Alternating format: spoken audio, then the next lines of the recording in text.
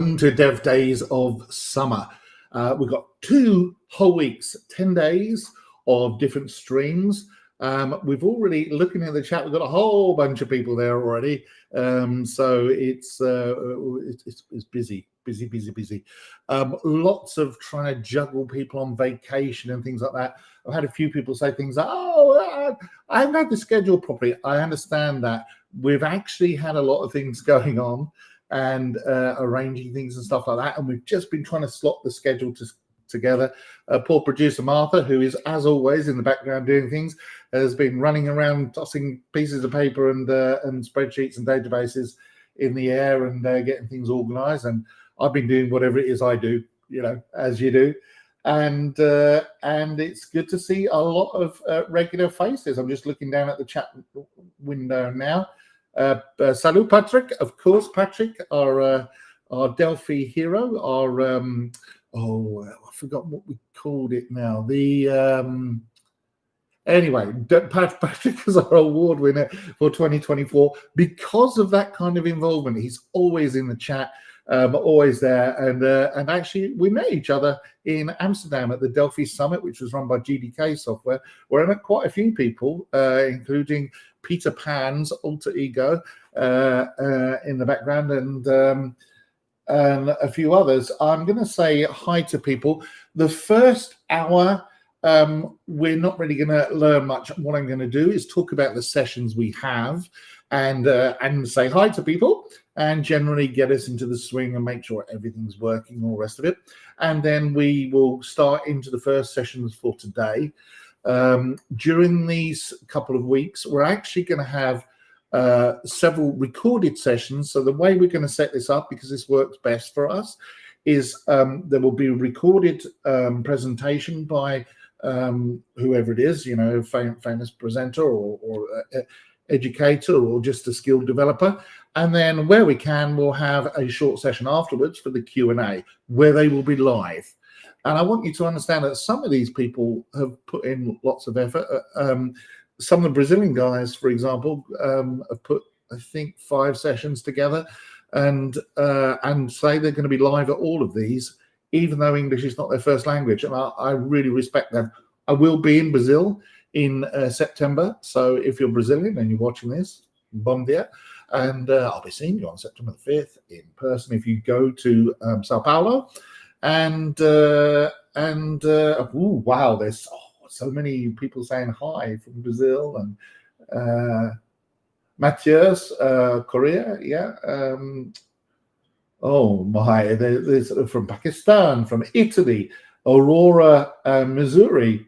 Hello, Charlie. Charlie's a frequent flyer, as we'd like to call him, always on our presentations. I'm just going to briefly talk about the setup for the week. So some of you may have noticed that the email went out with the name codegear.com attached to it. Now, back in the day, if you are a long-term Delphi fan, you would have heard of CodeGear, because at one point in the past, Embarcadero is now the company that own and manage and create Rad Studio and Delphi. But back in the past, of course, it used to be Borland. And Borland, very, very successful company, had all sorts of software that they created. And, extremely talented, but also went through some very turbulent times. As with any long-term company with a 30-year plus history, not everything went the right way. Turbo Pascal, of course, is older than 30 years, but next year is Delphi's 30th birthday. But in any space of 30 years, companies move around and change around. And CodeGear was at one point one of the companies that was involved in, shall we say, packaging up certain parts of Borland from a legal point of view, just to make it easier to separate out the different bits and bobs. That is not what CodeGear is being used now. We looked, and we still own the trademark for CodeGear, and we still own the CodeGear website. And so what we've tried to do is gather together, as part of Idera, which is our parent company now, some of the companies and the functions that kind of make sense to hang together as code gear for coding.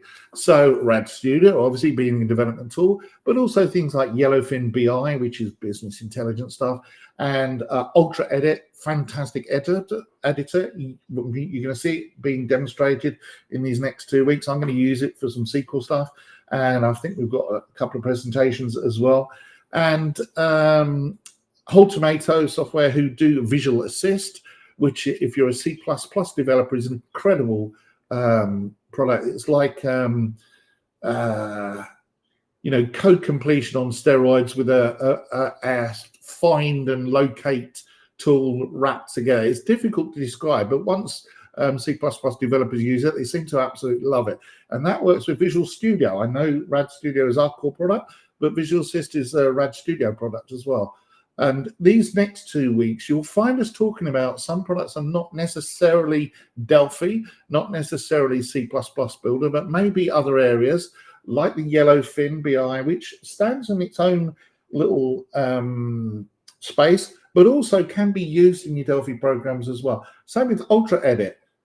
Ultra Edit, it's not an IDE. You could use it as an IDE for certain things, but its main strength is its incredible power as an editor, a very customizable editor with some real, rocket science kind of add-ons. I'm doing a terrible job of describing it, but I use it, for example, to open really huge SQL files. During my development job, I work with MySQL and Postgres and a few other databases, and I'm dealing with many millions of transactions, and sometimes they're dumped out into SQL files, .sql files, which are basically like a script, a text file, I suppose, and these files can be many gigabytes long. And try and open that with regular Notepad or even Notepad++, which is very good, open source product. They fall flat on their face. And Visual Studio Code, which is an excellent editor, I just can't even touch it. It tries to open it and just goes splat. Well, Ultra Edit isn't like that. Ultra Edit uses a very clever technique for opening large files, and that's what I like. Take it, my compliments as they are. I mean, obviously they are an Idea company and therefore a sister company, but I can tell you genuinely from my heart, I use Ultra Edit because it's the best tool available for that kind of thing. So you're going to hear about some of those products and see them in action. But you're also going to hear lots of other sections, which I'm going to talk about in slides. But before we go any further, it would be, yes, Marco G from GDK has reminded me that Patrick Prematon was the Spirit of Delphi award winner. That's what he was. Thank you, Marco. I'm sorry, it's early in the morning. And whilst I do have my coffee, which I think will show up on camera, which makes me awake at this time of the morning, my time, it doesn't improve my recall, which is shot to pieces after the weekend. So thank you, Marco G. Marco's got a name he can pronounce another time. British tongues don't work properly with the Dutch G sound, with the hard K sound. So let's say hello to a few people. I'm not going to say hello to everybody, because if I do, I'll be here forever. I'm really glad that all of you join us. Every time we do these webinars, it always amazes me how many people sign up. We're talking about thousands and thousands of people have signed up. And I know some of you, this may be the first time you've seen us. And whilst we discuss Embarcadero products and Idea products, we do have people from other vendors and markets on there. And the main purpose of this whole series of webinars is to give you some insight into different techniques, to educate you on a few things that may be interesting. We have a session, for example, on functional programming, which is, it applies to any programming language you want to choose. A lot of the content will be Delphi related, but much of it will not be. Some of it is generic and applies to anyone who's a developer, and some of it applies to C++ and a few others. So if you're new, say hello to us on the chat. I try and make this not a sales pitch. I know I just talked about Ultra Edit like I was the Ultra Edit salesperson, but I try not to make the webinars a sales pitch. I try to make them an educational and community experience. And with that in mind, I just explain who I am. I am the Embarcadero Developer Advocate. My job is to educate people on what our products do, but also to get feedback from people in the market who say things like, well, I really like this feature, but this feature here really is horrible and doesn't work, or it doesn't work the way I want, or have you ever thought about this brilliant idea? And I make sure that feedback gets back to the right people. Embarcadero itself as a company, I have worked in many companies, as you can tell from my lack of hair, many companies over the years. And I can honestly say that Embarcadero staff are extremely passionate about what they do, about the product that they create. And if there's something wrong, we take it very personally and we do try and do something about it. Within the constraints of business, we don't have unlimited financial resources. We're not owned by Elon Musk, which is probably just as well. And we don't have the deep pockets of Microsoft. But that said, you know, if we can do something to make your life easier, if there's a feature you think that could be improved or it's a great idea, let us know. You will see my email come up. I haven't got it up at the moment, but it's my name, ian.barker@embarcadero.com. And I'll make sure that the right people hear it if it's not me. I'm not going to answer your technical support questions. There are a technical support team that are much better at doing that than me. But I will, you know, email me and I'll answer. I'm extremely busy, but nevertheless, I will make sure. So let's go through. How will we do for time? Oh, plenty of time. Yes. So let's just say hi to a few people. So Sudhansu Raj, hello Raj, says hi. And this is a question that Terry asked me, which is, did anyone receive any sort of schedule? Okay, so Terry, just to explain, it was very difficult to juggle people around. We had lots of people on vacation. And whilst some people said yes, we don't actually put them in the schedule until we definitely know we can have them. What we don't want to do is publicize a session. Someone turns up for that session and they go, sorry, we're not going to do the session on functional programming today. We're going to talk about Lego, which some people will be really happy to hear about. But other people will be like, I took time off work, or they set some time aside to have a session on functional programming, and you've let us down. So we don't put things on that schedule until we know we can deliver.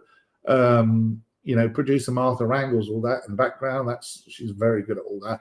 Keeps me honest, and also, you know, I don't know how she works the hours she does, but there you go. It makes me look good, and that's all that matters at the end of the day, isn't it? But yeah, that's why we didn't have much of a schedule. And also the launch of codegear.com website, which is in the process of being worked on. But if I make one of these little barcodes come up, I have a horrible where is it? Time captions. Oh, here we go. There you go. So I can put the barcode there. And if you go to there, you go to Code Gear, you'll see the background that's behind me on there. But that's the other reason why we haven't got around to it, because we've been very, very busy doing that. And we're doing a redesign of the website in general. From feedback that we got from people, some people commented on the way our main website was laid out and made some suggestions. And we wanted to make sure that the way that we were getting across our message was a bit clearer, and we felt it was a little bit fuzzy. So on the main website, we've made some changes there. You'll see some changes coming through, more direct and more to the point about what we do. We're also very big push going on at the moment for education. I've spoken to people in the Netherlands. Some of it didn't work out, and I'm sorry about that. I know some guys are a little bit annoyed about that, but it has to work for everybody. And we are in the process of negotiating with some people about teaching Delphi and C++ in various educational establishments, and actually have taken on someone specifically to enhance that role. We had someone already that was doing that, and was very successful. And we're trying to do some more of that.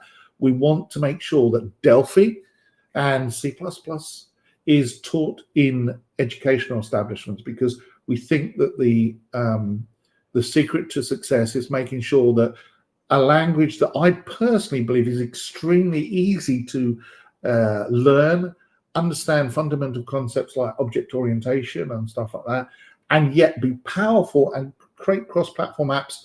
We think that with Delphi, which is based on Pascal, is exactly the right way to go. And so, it takes a little while. Big wheels move very slowly in education, like they do in government, and that's one of the things we're changing as well. So, schedule. We've been busy doing lots of things. I'm sorry about that. We will update the schedule as we go along. And he seems he's not too annoyed, because he said good morning as well. So there you go. Hi, Terry. Who else? SNK said hello. And Code Phantom got here nearly an hour early and said it was quiet. Yes, you were very early. That's why it was quiet, and it will pick up. Patrick, salut. Patrick is always here. We talked about him being the Spirit of Delphi guy. And hi from Hamburg in Germany. And waiting. Yes, hi in Hamburg. And Marco G from the Netherlands. Hello, Marco. Marco is the CEO of GDK Software in the Benelux region. So it's Holland. He's actually in the UK, Brazil. I'm not sure where else, Marco. I do know, but he's everywhere. His company is a leading Delphi software house, and basically lives and breathes the Delphi development kind of infrastructure, and is a very good guy. He's got some little projects going on in the background as well, which we'll talk about another time. But his company was responsible for the Delphi Summit in Netherlands, which was one of the best summits I've been to. I've been to a lot, and this one was quite incredible. Very, very good job by all the people there. And Marco, say hi to everybody at GDK, and from my wife as well, because his staff kind of shuffled my wife around so I didn't neglect her. Colin says, hi, Colin. And Constantine from London. Right, mate. I was born in London myself as well. And Matthias, we talked about him as well, from Brazil. And Ahmed, and so forth. And we have people from Italy. So there's a big bag of lots of people from everywhere. I'm really pleased that you've all turned up. And even from the obscure region of France, just kidding, Nantes, which is a beautiful, beautiful region of France. Einstein, who is also a frequent flyer, very often on these things. And also Dave in Victoria, British Columbia. I can't keep going on forever, otherwise people will start throwing rocks at me and things like that. Oh, and of course, I must mention Paul McGee as well. Paul is a really active developer in Australia. And in fact, we've got another Australian on later, Tim Coates, who is a new MVP. We'll talk about that when he comes. Who I should point out, Paul, it's probably like 2 a.m. for you, isn't it, at the moment, or something like that? So all of you that are turning up, I really do appreciate you coming on, and participating, because I know it's a convenient time for me, like 20 past 10 in the morning, but I appreciate for a lot of you, it isn't that. So thank you for joining. And someone from a place called California, which we've never heard of, but Peter Rios. The Ivory Coast. I mean, yeah, I can go on forever. It's insane how many people are here. Thank you all. Daniel says, un saludo desde Colombia. Oh, yeah, Colombia as well. And GDK, hello everyone from KSA. Okay, well, look, there's a whole bunch of people. And SNK says, Ian, can you stop reading the comments and start learning? Yes, you can. As I said, this first session was going to be mainly me saying hello to people and also talking about the sessions. So let's do that. Let's turn off my my little QR code in the top corner there. And let me share my screen. If you just hang on one moment, because I have multiple things going on. And where are we here? Okay. Right, so I'm going to share my screen so we can talk about this. I think that means I'll come up in here. Yes, I will. Okay, so I'm going to turn my camera off and do this. Right. Okay, so just so you know, I'm not going to be able to see your comments whilst I'm doing this. So if you're trying to get me to get my attention, it's not going to work for a second. Okay, so Dev Days of Summer. We are, where's my little driver thing? There you go. Okay. What have we got coming up? Well, we've got 2 weeks of live and on-demand developer content. It's completely free. It's sponsored by the companies you see there. If you look at the bottom, I know some of you have already scanned the QR code for codegear.com, but if you go to codegear.com, you'll see some of the other companies there. Across the bottom from left to right, RAD is Rad Studio. The helmet, which those of you who are Delphi programmers will know, that is the Delphi helmet. The C++ builder logo. UE is Ultra Edit, which is the editor I talked about earlier on. Visual Assist, which has got that very cool logo, is the tool for C++ developers, used very heavily in the gaming industry, and there'll be more about that later on. And Yellowfin BI, Business Intelligence, extremely capable bunch of people. And the actual participants themselves will vary. They're not all employees of any of these companies. We've also got dozens, I think like 40 something different people involved doing sessions as well from all walks of life. Just to explain who I am, in case you've lived under a rock and never heard of me before, just kidding, then your host is me. My name is Ian Barker, and I'm the Embarcadero Developer Advocate. You can email me, and please do, if you want to tell me what's good, tell me what's bad, tell me where we're getting it right so that we don't change the things we're getting right, and tell me where we're getting it wrong so we do try and change the things where we're getting it wrong if it's all possible. Please email me. I welcome you to email me. We are not a big black box monolithic company. We will respond to you, and I'm the guy to email if there's something that you want to talk about. Don't email me for technical support. I just don't have the time to answer your questions. We will go, all I would do is redirect you to our support department, where they've got very clever people, guys and girls, who can do all of the support questions you could ever want and know way more than me. If you want to read more about my history and what I do, then go to about.me/Ian Barker. I'm a professional poet and a few other things as well. So I've done a lot of things. Let's talk about the topics that we're going to cover. Well, this is page 1 of several. In this set of sessions that are coming up, we have got all sorts of things to do with machine learning and AI. As you might imagine, AI is the flavor of the moment, and almost everything you seem to touch has got AI in it. And this is something that Embarcadero and actually IDEA in general are looking into, because we want to make sure that there are some special things, special problems, shall we say, challenges for AI when it comes to a code editor, an IDE. And it's all very well if you're using AI to generate some charts, as long as your data is safe and secure on your machine. But when you start talking about your source code and even private information, then you start to bump into some laws to do with GDPR in Europe and privacy laws in the United States. So putting AI in a product is not as straightforward as just making it happen and off you go. There are some challenges, and it's one of the things that we're being very, very careful of, to make sure that we approach the concept of AI very, what's the word I'm looking for, with some intelligence of our own behind it, with some understanding of what people want.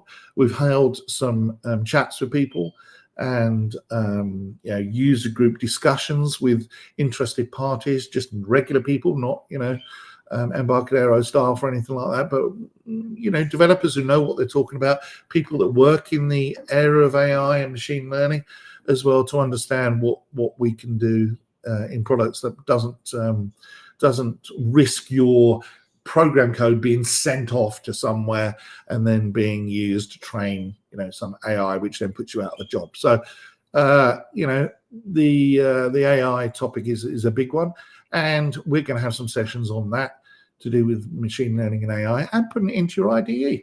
That is one of the sessions that we've got. Game engines and game development. We've got 2 people that are going to be talking about gaming. 2 of the sessions are specifically, one of them is about a game engine that is very popular called Castle Games, and Michalis is the person involved in that. I'll talk about him in a moment. And if you're into games, or you're thinking about games, or even if you do very graphics heavy applications, some of these game engines can help, believe it or not, help you with that. Understanding some techniques behind game engines, game development, can actually help you improve the way that you approach graphics in your own applications. We also have got several sessions on web development and also rapid application development of web development. So web apps that you can create that are very quick to put together and yet powerful as well. A web app being something that isn't just a static web page, but actually something that has got some kind of intelligence and dynamic content, shall we say, in it. So we've got a few sessions on that. We've also got some sessions on databases, database management systems, database administration tools. There's some very cool ones in there, and also some techniques and tips. Jim McKeith will be here later, my predecessor in this job, and now CEO of GTK in the USA. He's going to be talking about some very cool stuff to do with databases and a few other things as well. But we'll have multiple sessions where we're talking about databases in general and how to use them. You can ask questions all the time that we do these sessions, even the recorded ones. Ask the questions, we'll try and answer them. Each of the sessions will be followed by a live Q&A. So there will be the opportunity to ask the questions and get them answered. If the session is pre-recorded, then obviously the person can't answer the question at that point. But in most cases, the person who recorded that session will be available live afterwards. I seem to have repeated databases. So good I said it twice. But also we're going to talk about Windows, macOS, iOS, Android, and Linux app development. And we're actually going to show some of that live. I'm going to do a couple of sessions where I do a Windows app and then convert it to a Mac app and the other way around. And I'm also going to show how to create an iOS and an Android app and a Linux app with the macOS app as well. Fairly easy stuff. To use that, we're actually going to use a free version of RAD Studio. If you are a student or a beginner or a startup and you fall within the correct demographic of how much you can earn, then you can use the free version, the community edition of RAD Studio. And I'm going to show you how that does things. It can't do Linux, but it can do the others. So it's definitely worth having to play around with those. We're going to talk about how to get started in software development. If you are thinking about it and you haven't done it before, then we'll discuss how to start up and doing that. And again, that'll probably be a session from me. And then we'll be also hitting some advanced development topics like RTTI, that's runtime type information, and also functional programming, which is a computer science slash technique, I suppose. It's a way of writing programs that isn't, how can I put this? It's not object orientated, but it isn't not object orientated. Double negative. That doesn't make sense. But anyway, the person that's going to be explaining that is a doctor who explains and all, the detail you could ever want about functional programming. We're also going to have some Internet of Things, including a session with a smart backpack controlled by a mobile app. Now, I know this sounds like the kind of session I would do, but actually in this case, it isn't going to be me. It is going to be another guy. I think it's Yaroslav Borovin. I could be wrong, but we'll talk about that in a moment. and he controls a smart backpack with a little mobile app. It's very clever. A really great session called debugging and what to do when it all goes wrong, which I really think is hilarious.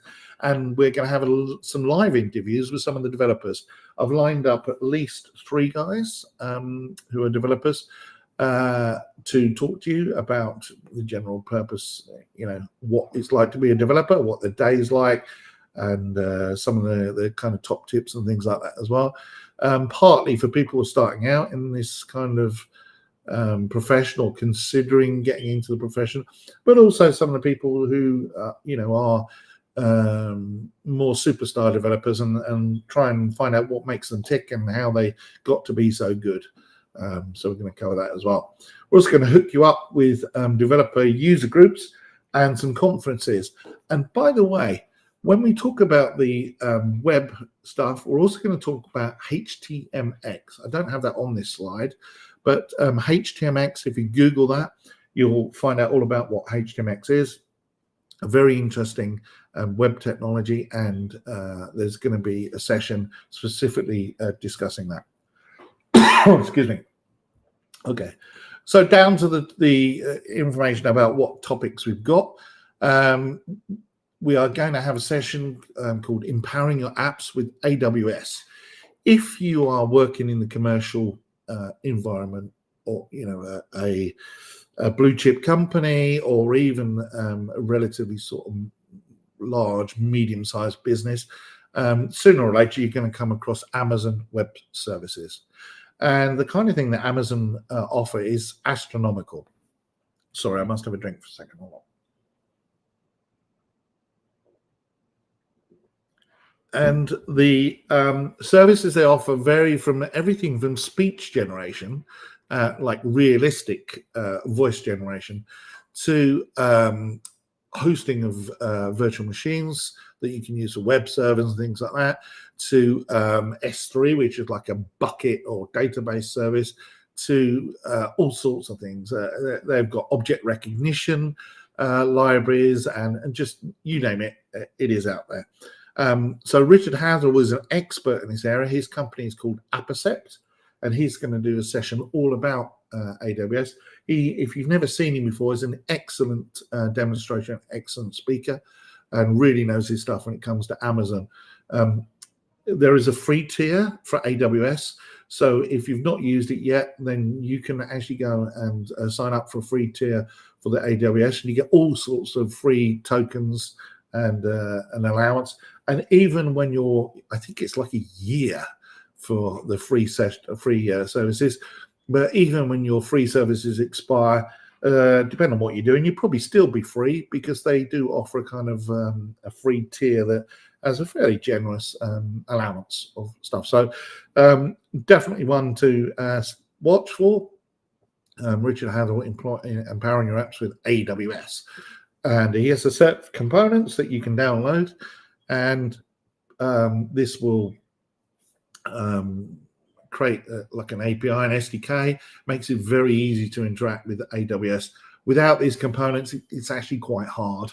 And so this is a really good way of enabling AWS. If you're in the corporate market, AWS is going to come up sooner or later.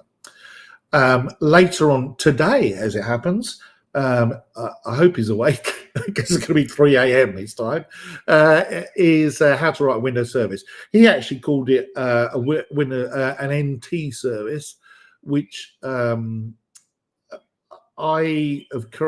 changed it, shall we say, to say a Windows service.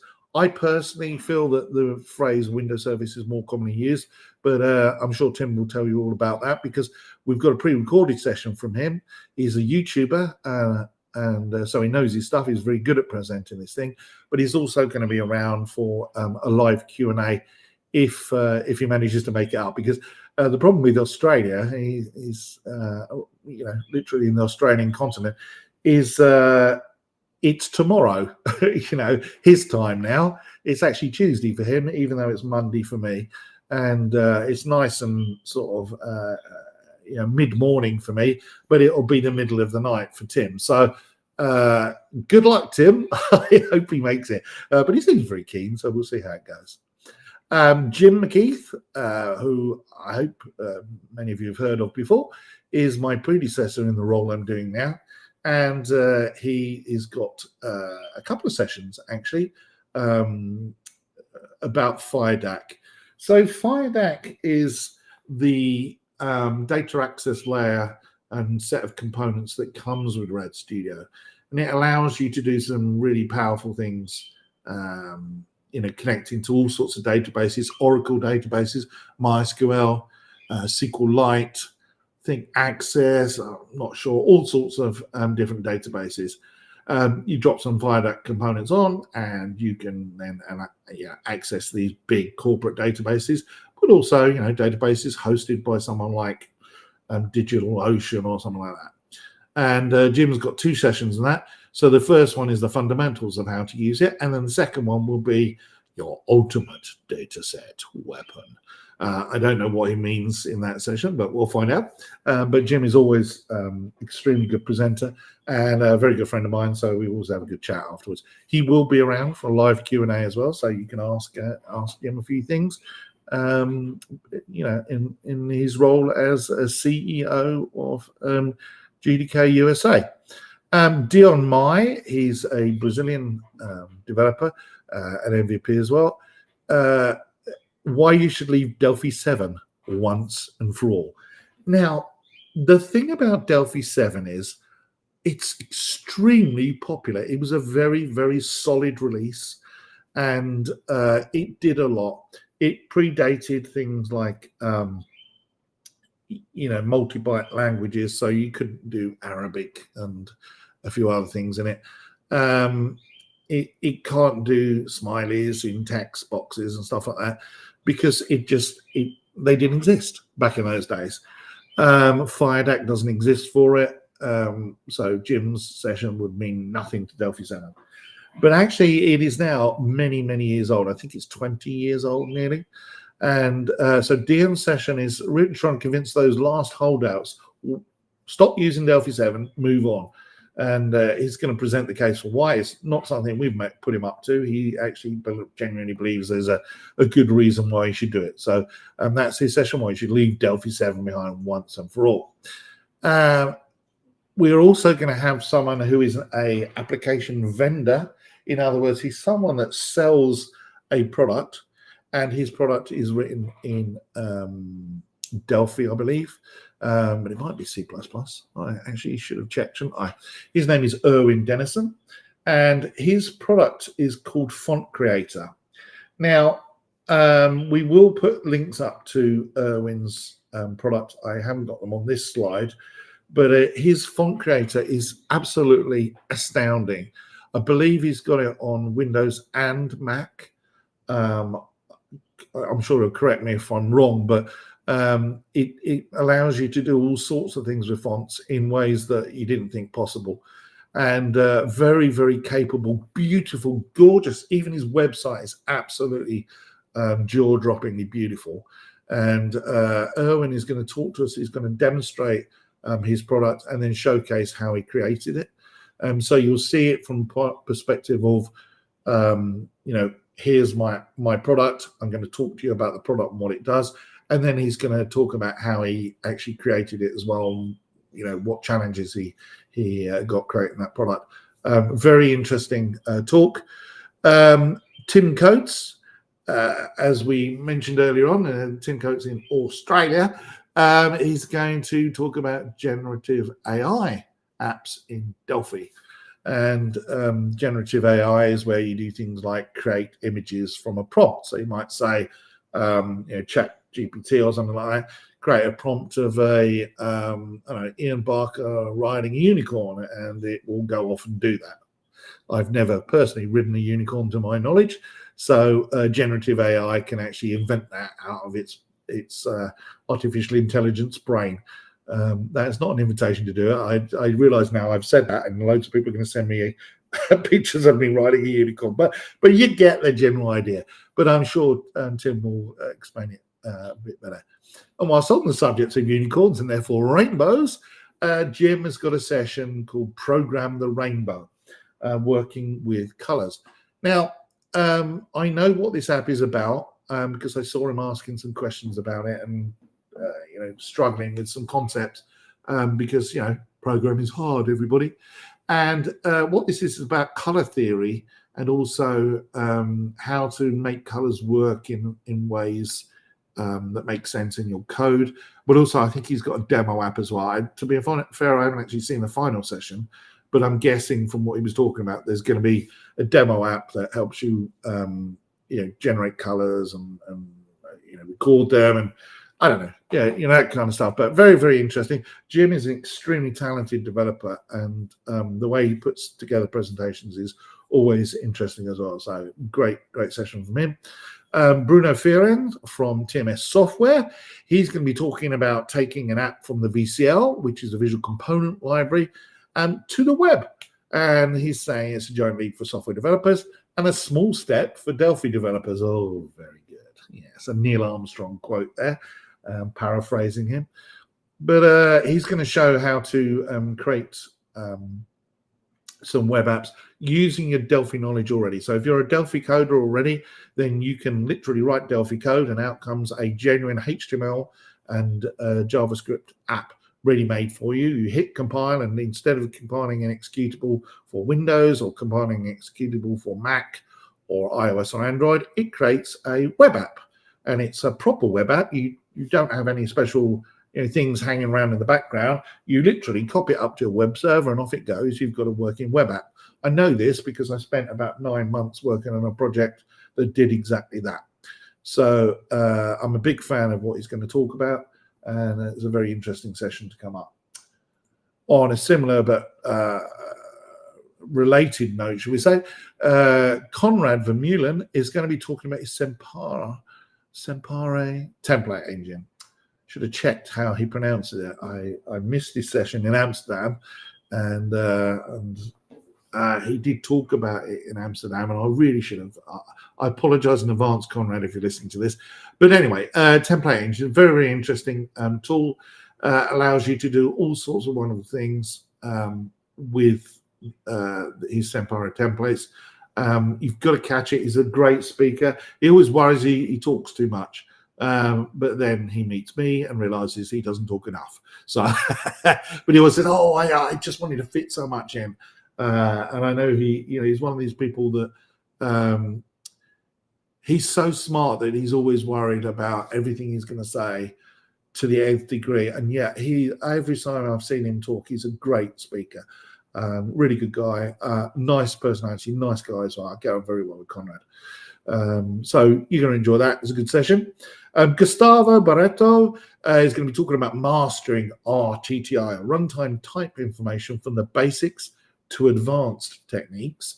RTTI is one of those things where once you master it, it can actually help you write code that is extremely reusable, but also highly testable.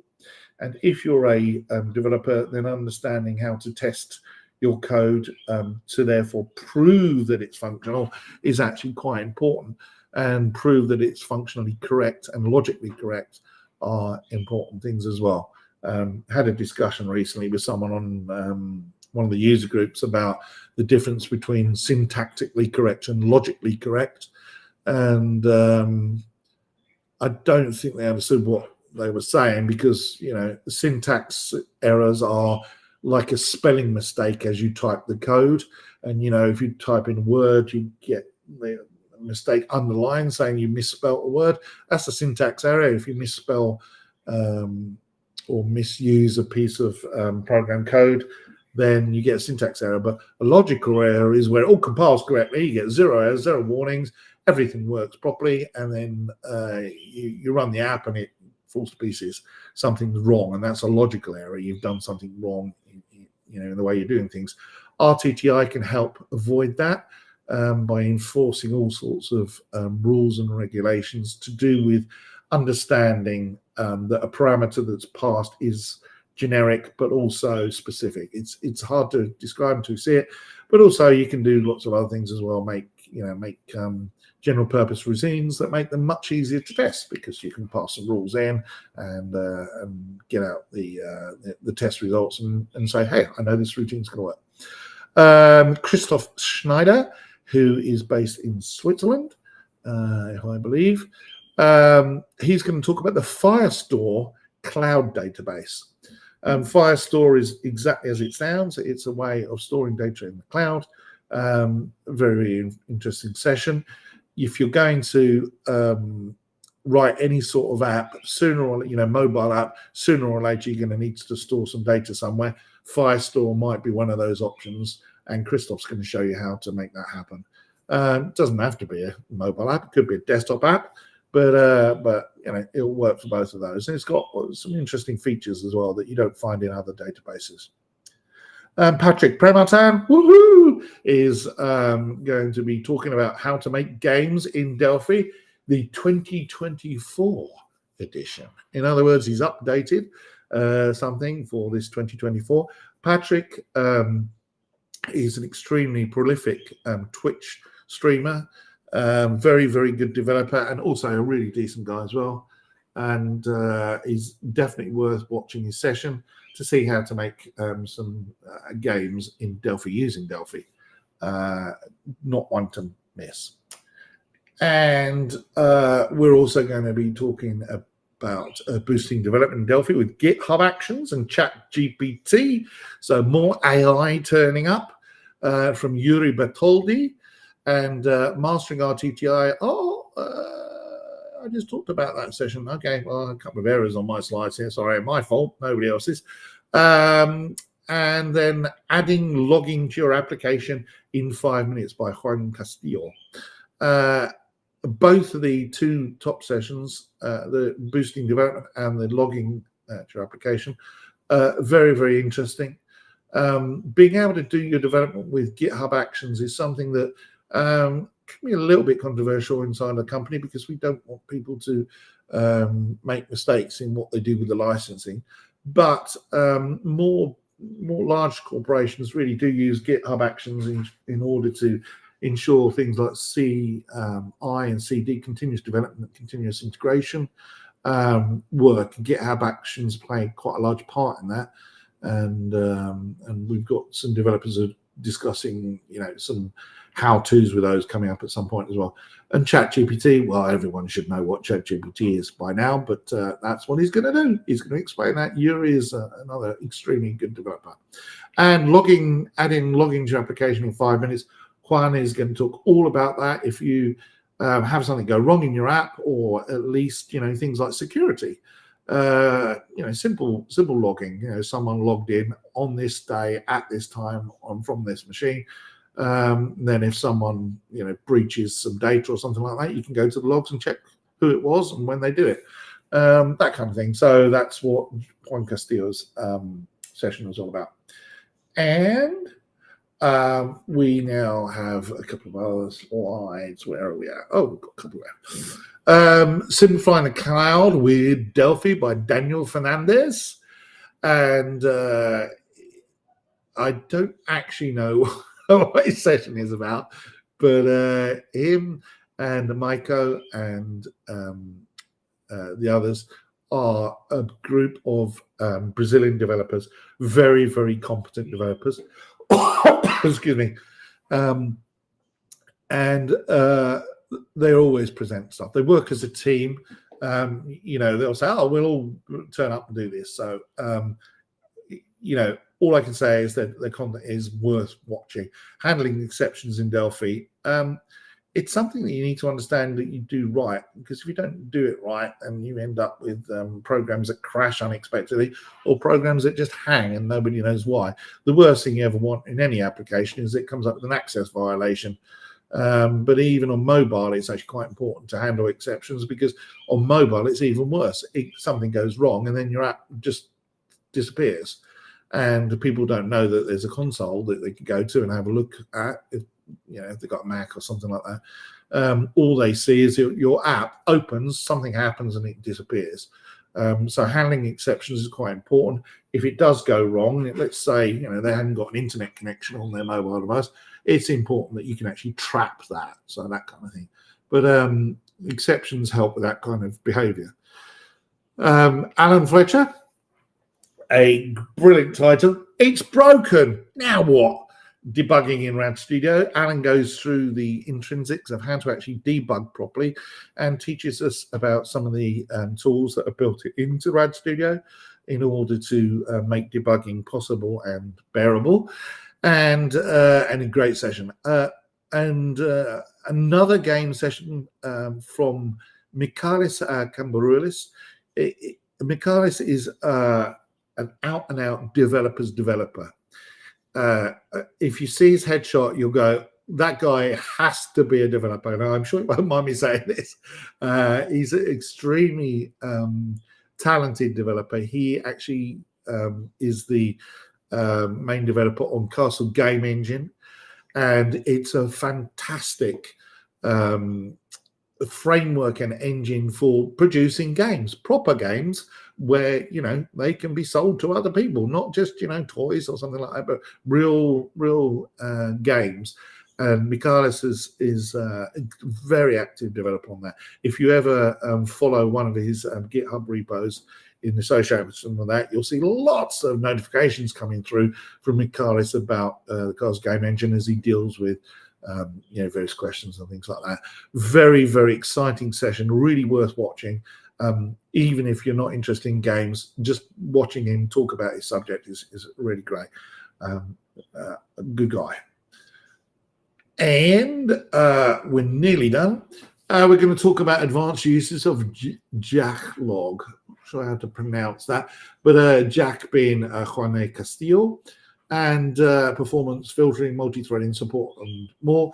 So a kind of follow on from the logging that we talked about before. So initially, the first session is about generalized, straightforward logging, how to do simple logging, add it to your app, and actually make it work. And then this session is about the type of logging that you want to do that is more about advanced quality control and performance monitoring. So performance, making sure that your app is definitely as fast as it possibly can be, and also, why is this bit slow? You go into an app and you think, why is it when I hit this button, something should happen almost straight away, and in fact, it takes a few seconds, or worse, it takes half a minute. That's what performance monitoring can do. And with the log that the Jack log has got performance monitoring and filtering built in, and it also supports multi-threading as well, which actually is more useful the more you go along. Because you want your threading to your logging to not interfere with the many processes that are happening in your app. And so a multi-threaded logging can be very useful for making sure that you log it. And of course, when you're logging performance, you don't want adding a log to slow down the performance. Kind of defeats the object, doesn't it? So that's what that session is all about.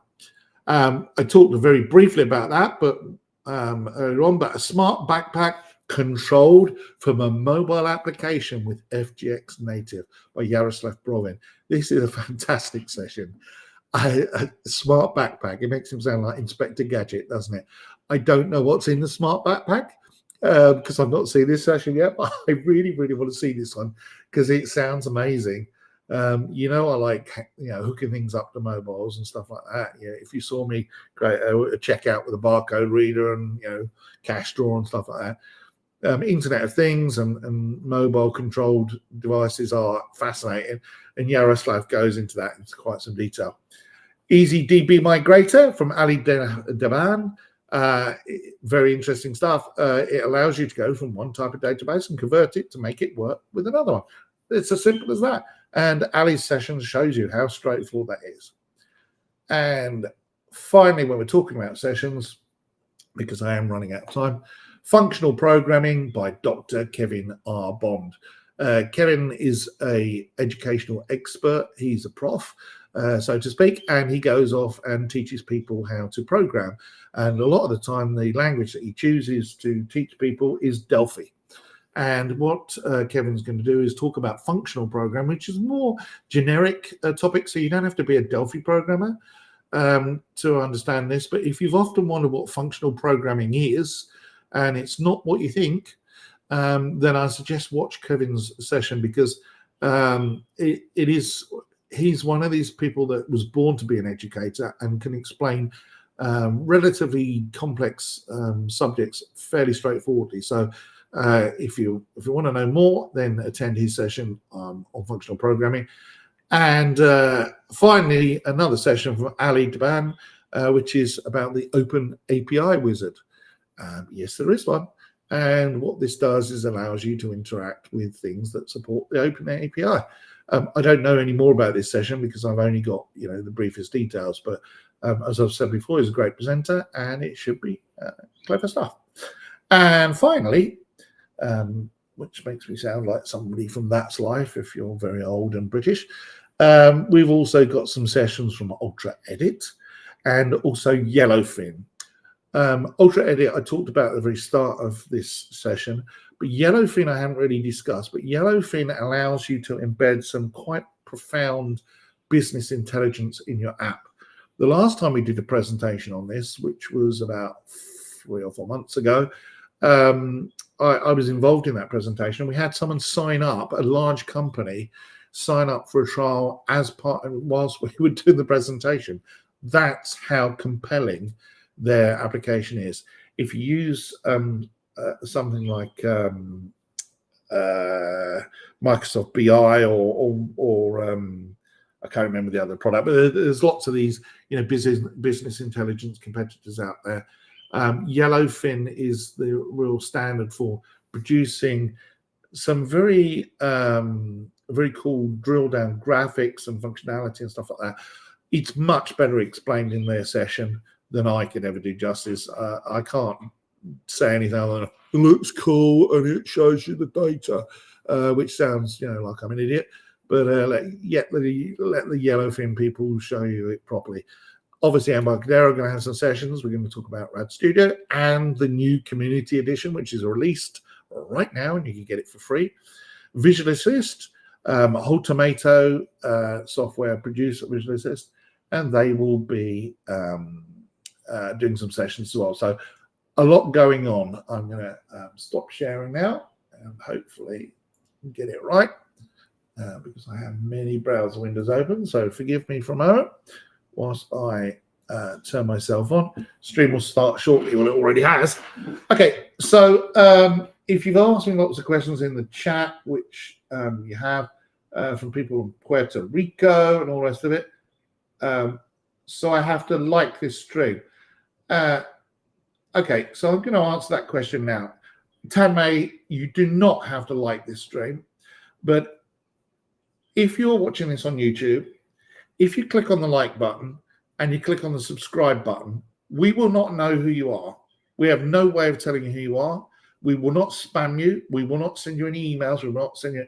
All that will happen is YouTube will first of all go, Tanmay likes what he's seeing, or her, she's seeing. I'm sorry, I don't know which gender you are, but Tanmay likes what they're seeing.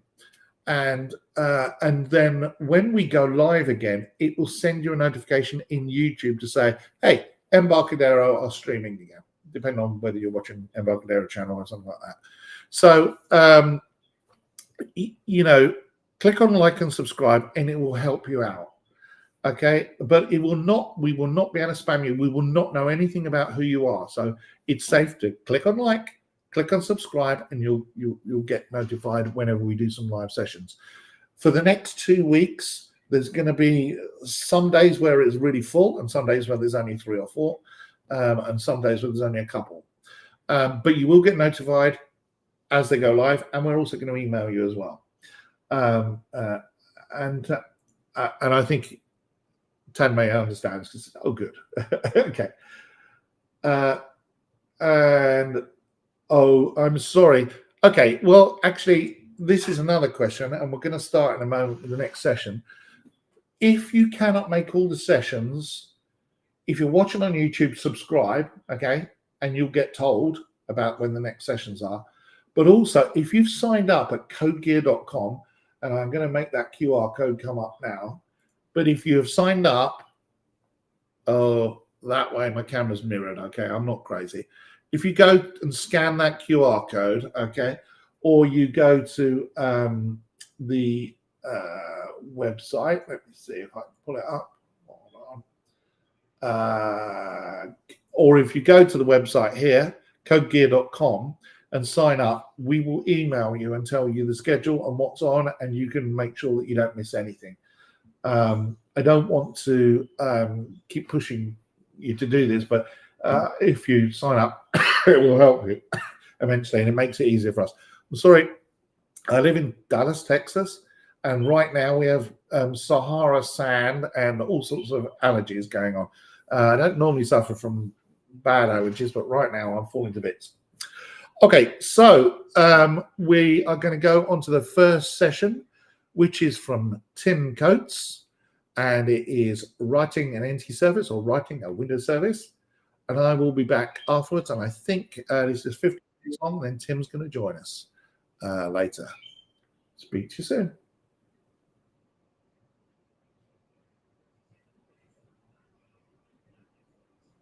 Leave it in there.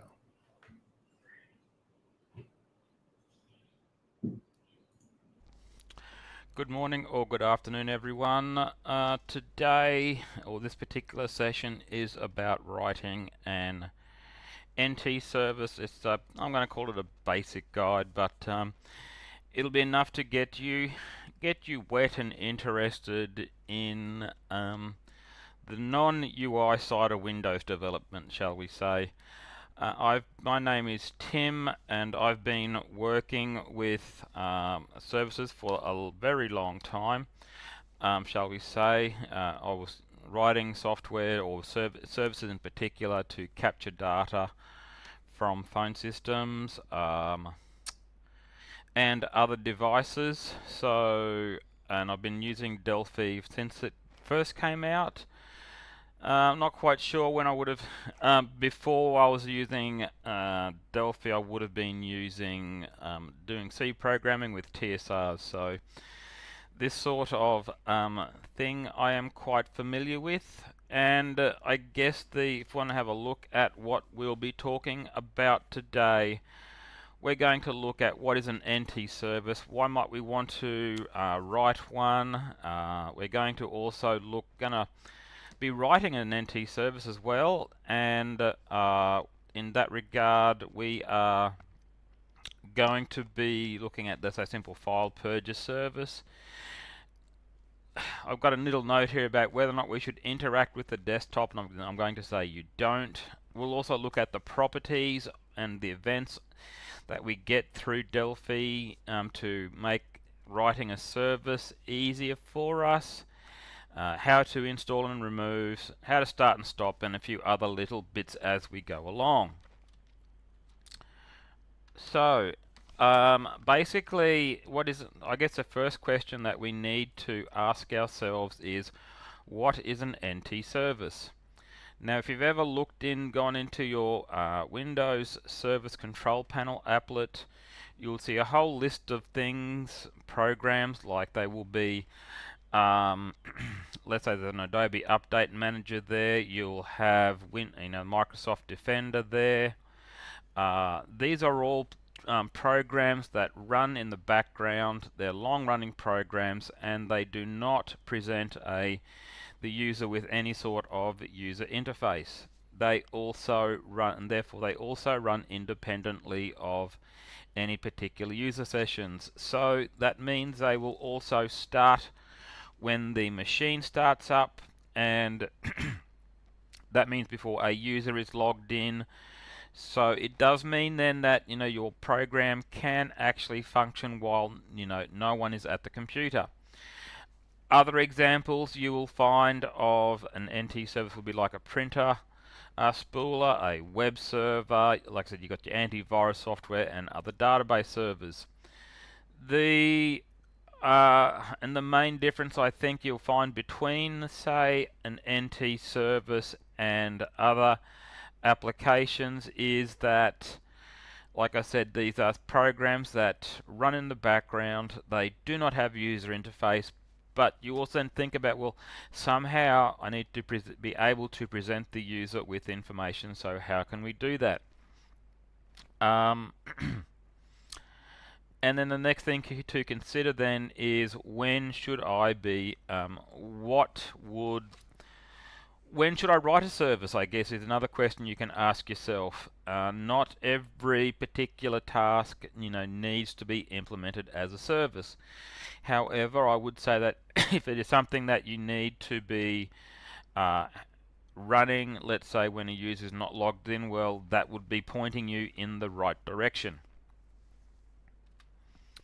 Also, then you will find that another way you can look at whether or not you need to write an NT service is when you need to make sure that it is running all the time, and let's say a user can't just quote unquote close it down on you and information gets lost perhaps. So and that goes into that idea of higher level security.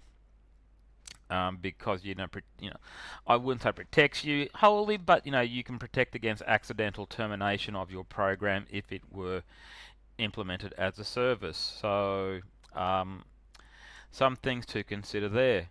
Now, when it comes to a Delphi application, Delphi provides us as programmers with a good framework in which to write a service to to accomplish a particular function. We don't have to write the boilerplate code to handle the installation, the uninstall type functions. Through the use of event handlers and properties, then we can just concentrate on the core functions of whatever our service needs to do. So in the case of, let's say, capturing data, say from a phone system, I can just worry about that function without having to worry about, well, what functions or do I need to call in order for my service to be installed. So the fact that we have this framework available to us, cuts down on some of the code that we need to write. Then,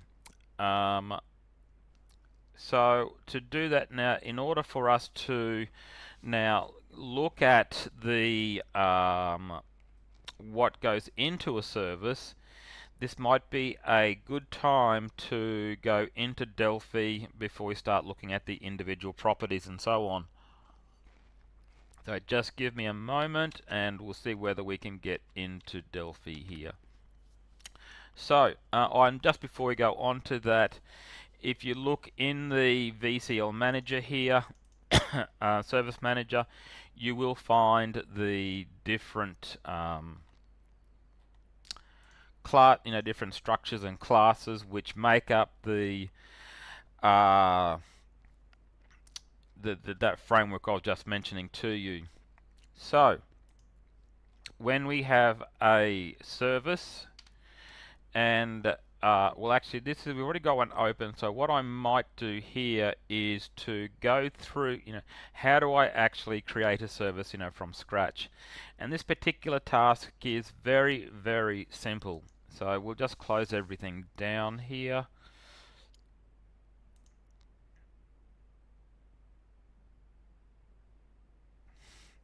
So File, New, and we'll select Other. And under Windows, under Delphi, there is a option for a Windows service. Just double click on that one. A message, in my case, pops up about, it uses or references the Visual Component Library. Do you want to enable it for this project? I will just say yes. And now we have the basics of a service, which we can now add onto. So if we go into Unit 1 here, we've got again, that boilerplate code here, to which we can then add what we need. And I'm going to hit F12, and we're now at let's say this is the service itself, and here we can see all of the properties, such as whether or not we want to allow it to be paused, stopped, what are the dependencies, the display name, etc. Probably the few other ones to note before we go back to the slides are the service type, and the start type and the wait hint. The first property, which or the most crucial property, is, as far as I would think, is the display name. This is the name of the service as you see it in the control manager. It is a string, can handle up to 256 characters. I wouldn't have that many, but you want to make sure that it contains something meaningful to what the service does. It can be helpful also to prefix, if you've got multiple services, maybe to prefix them with your company name or similar. The one thing I will say about the a service is that within Delphi, that we cannot specify the service description, and if you want to do that, additional code needs to be, let's say, used or pulled from somewhere else. Dependencies are that's actually a container for other services or groups that you need to have started or want to have started before your service starts. So, for example, let's suppose you were wanted to ensure the database manager was running before you started because you needed to establish a connection, or let's suppose that you needed to let's say required the TSP, which requires a telephony service. You want to make sure that the telephony service is running. These are things which need to be running before your service starts. And so what will happen then is when the Windows goes to start your service, if these services are not running, it will start them and then it will come back to your service to continue. Interactive services. Generally, these today are seen as a no-no. Once upon a time, you might have code which would, let's say, start before Windows, so that's all fine. When the user logs in, could present a user interface to the user, giving some sort of feedback as to what was happening. Today, and obviously then if it were to be interactive, when the user logged off, you'd have to make your screen also vanish or close. This particular setting really only has any effect if you are just writing a Windows NT service, and as opposed to a device driver. So, and again, if you were to look at that page referenced on the bottom here about enable service logon SM, it is not recommended, to use this particular setting here.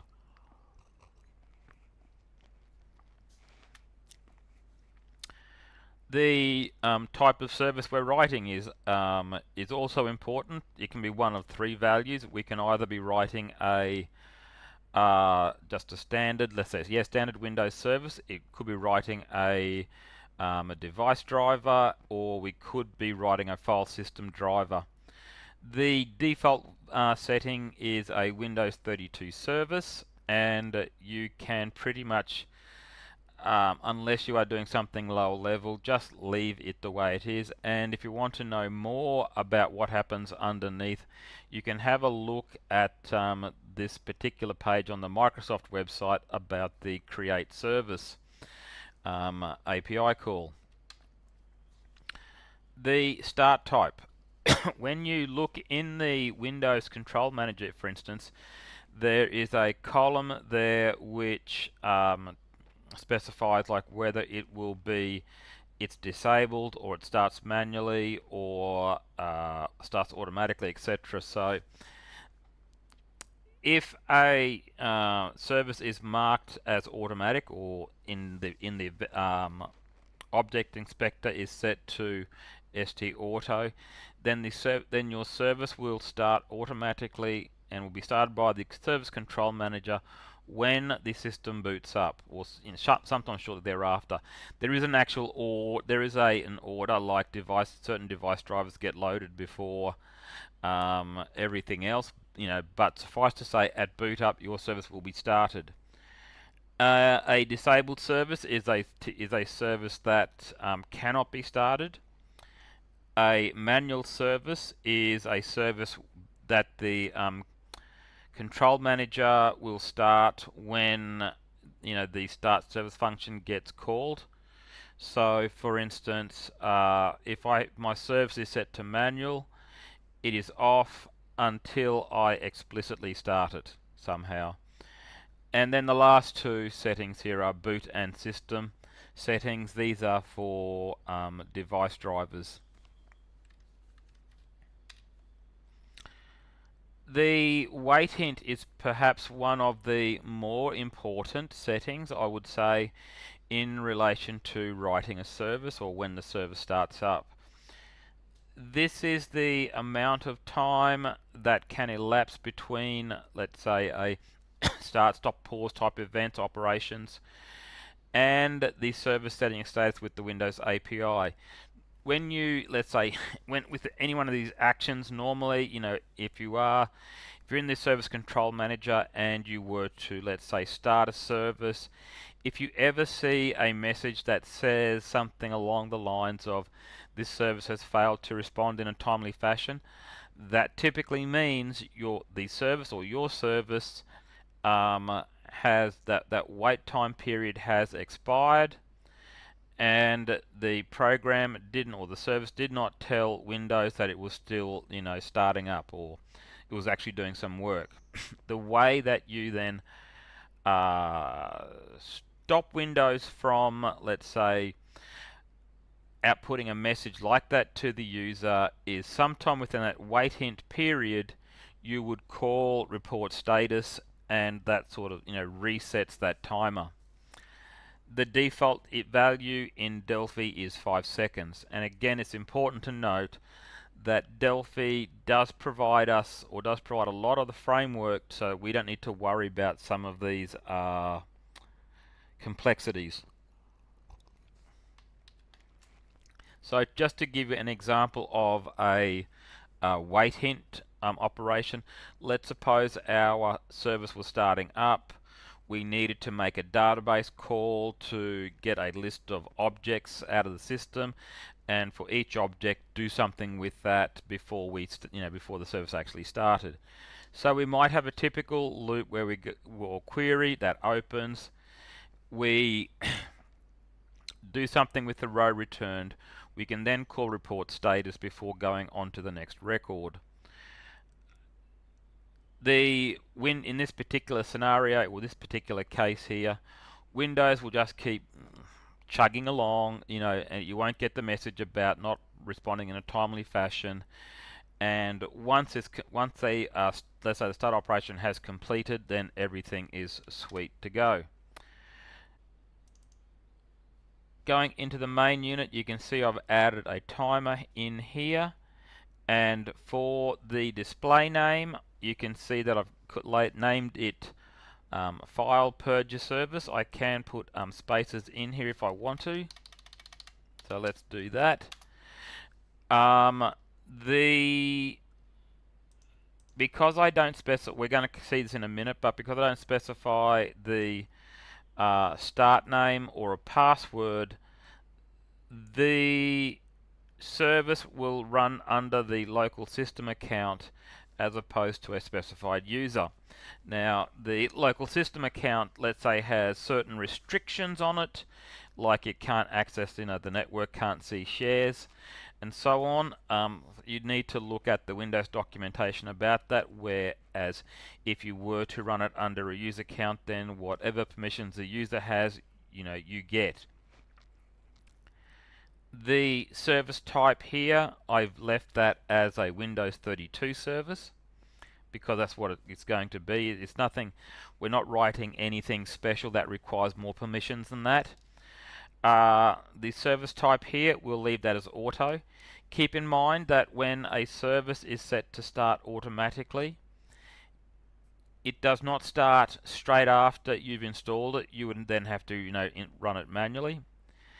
The wait hint, I've left that at 5,000, but again, if you are doing intensive operations when the service starts or stops or is paused, you might want to consider increasing this value to something else. If we go look at some of the code here, this is the boilerplate code that was added by Delphi when the service was created, and I think now what we will do is go back to the slideshow now and have a look at what the events are that we might want to be setting or using. There are events for pausing or for continuing or stopping or starting a service. So the start event occurs when the service first starts and happens before an on execute event. A on stop event occurs when the service control manager, when you get, let's say if you're in when the service is stopped. So you may be opening up devices when the service starts, and if that is the case, then when the service is stopped, then you might close them down.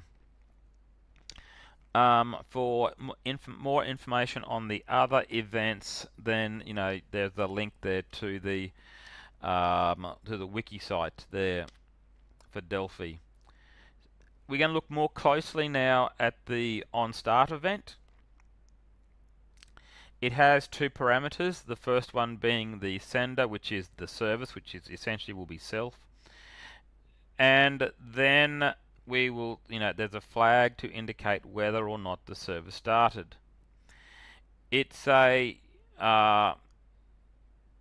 this for me is typically used to initialize, anything that the service might want to use before it is actually running. If you are now, just to give you an example of this, let's say here I would be, if I'm writing say a service which again we're talking about data capture, shall we say, we might create a thread which handles that particular task, and the creation of that thread and maybe the starting of that thread would be done in the onStart event. Note that if the service cannot be started, then what we would do is to set started to false, and then we can log that, or write a message to the Windows log. At the very beginning of this presentation here, I mentioned that even though we don't have a user interface to present to the user, we do need to somehow convey information to Windows, to the user, about what's happening. One way of doing this is through the Windows event log. And and what I'm saying here also is that even if I would go so far as to say that when your service is started, I would also write a message to the Windows log to say, hey, I've started, everything's okay. There's nothing worse than for, let's say, network admin to come and say, ooh, why wasn't this service started? Let's say a half a day later, and realize information has been lost.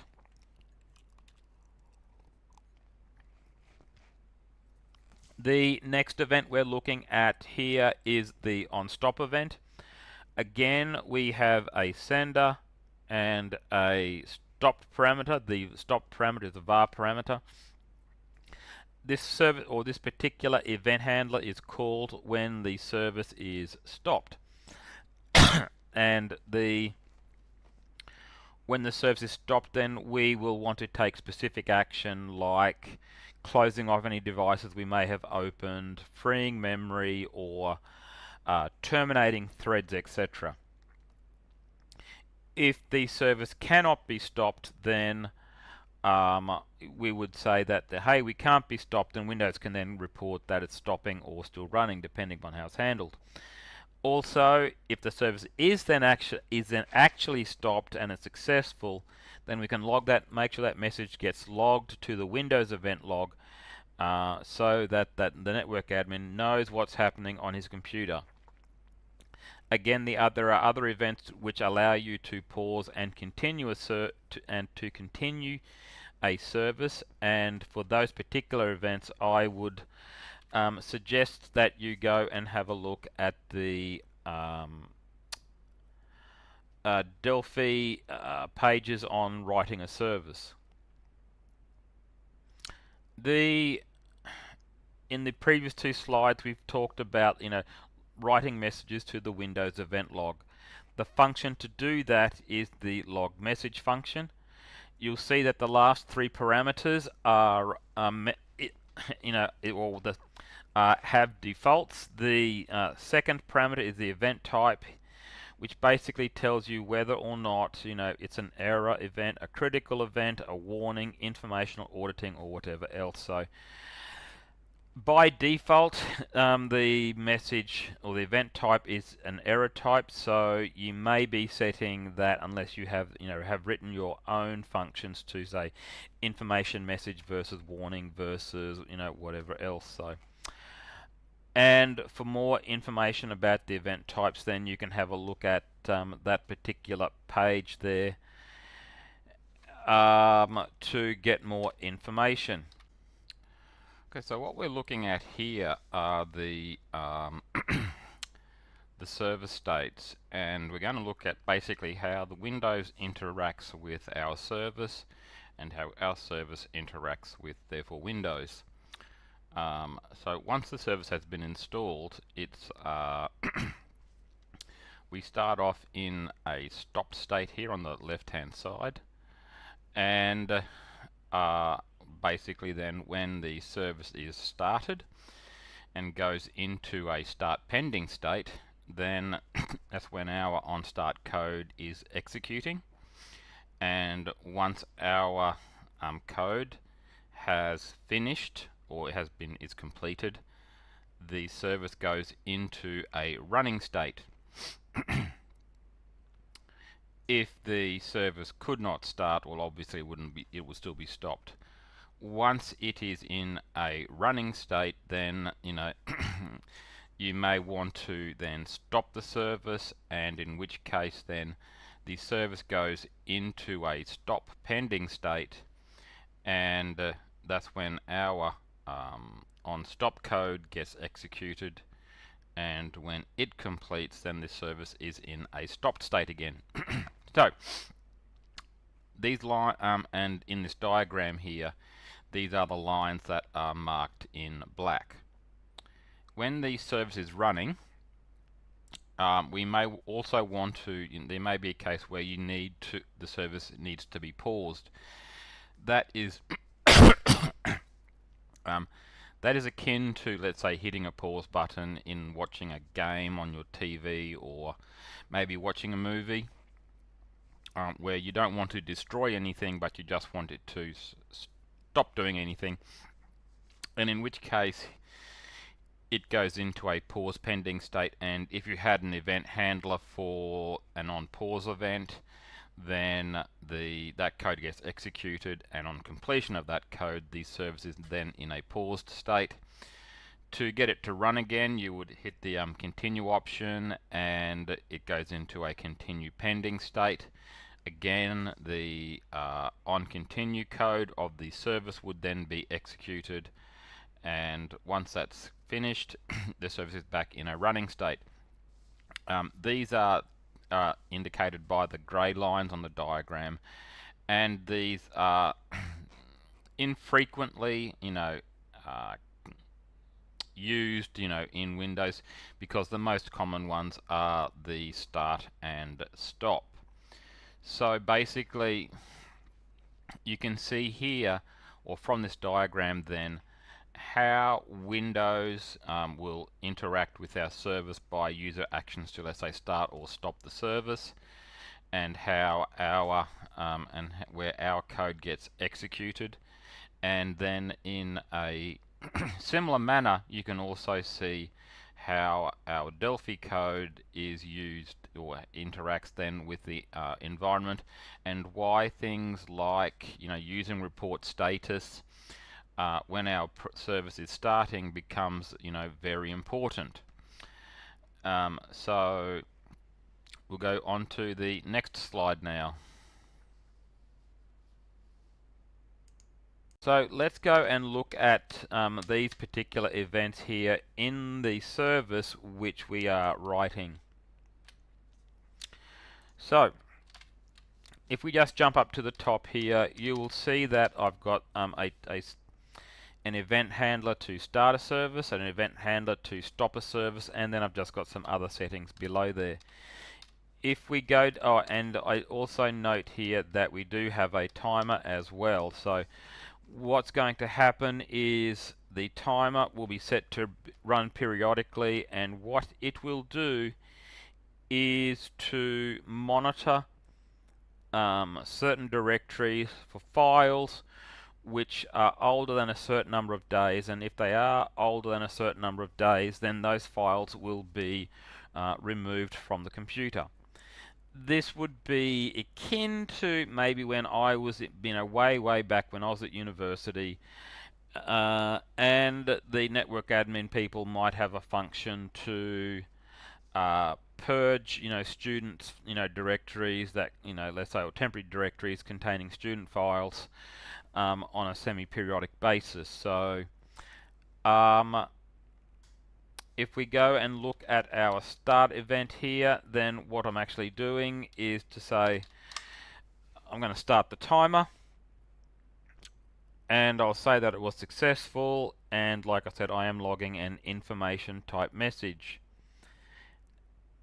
The next event you'll see just straight immediately underneath that is a stopped event where I'll say stopped equals true, and then I'm just going to again log an informational event. You looking at these two events here, you might say, well, I don't need that code there because it's not really doing anything. True, but in the context of a larger service where threads do get created, or you are working with, let's say, a multi-threaded type service, putting code into these events becomes important. And I may even put something like a, if I had exception handling in here, I may say started equals false, and it can do what it wants. You'll also, just as a side note, you'll see here that I have specified that we are using information type events. And if we go and look at those, it's going to come up now. You can see here it's in the WinAPI.Windows unit. You will see here the different types of events: a success event, a error event, a warning event, an information event, audit success, and audit failure. So jumping back to where we came from then, you'll note here that the timer will, like I said, I've set that to run after a certain interval, and what will happen here is when it runs, it's going to be doing something which we'll cover in a short bit, and then the timer gets restarted, etc.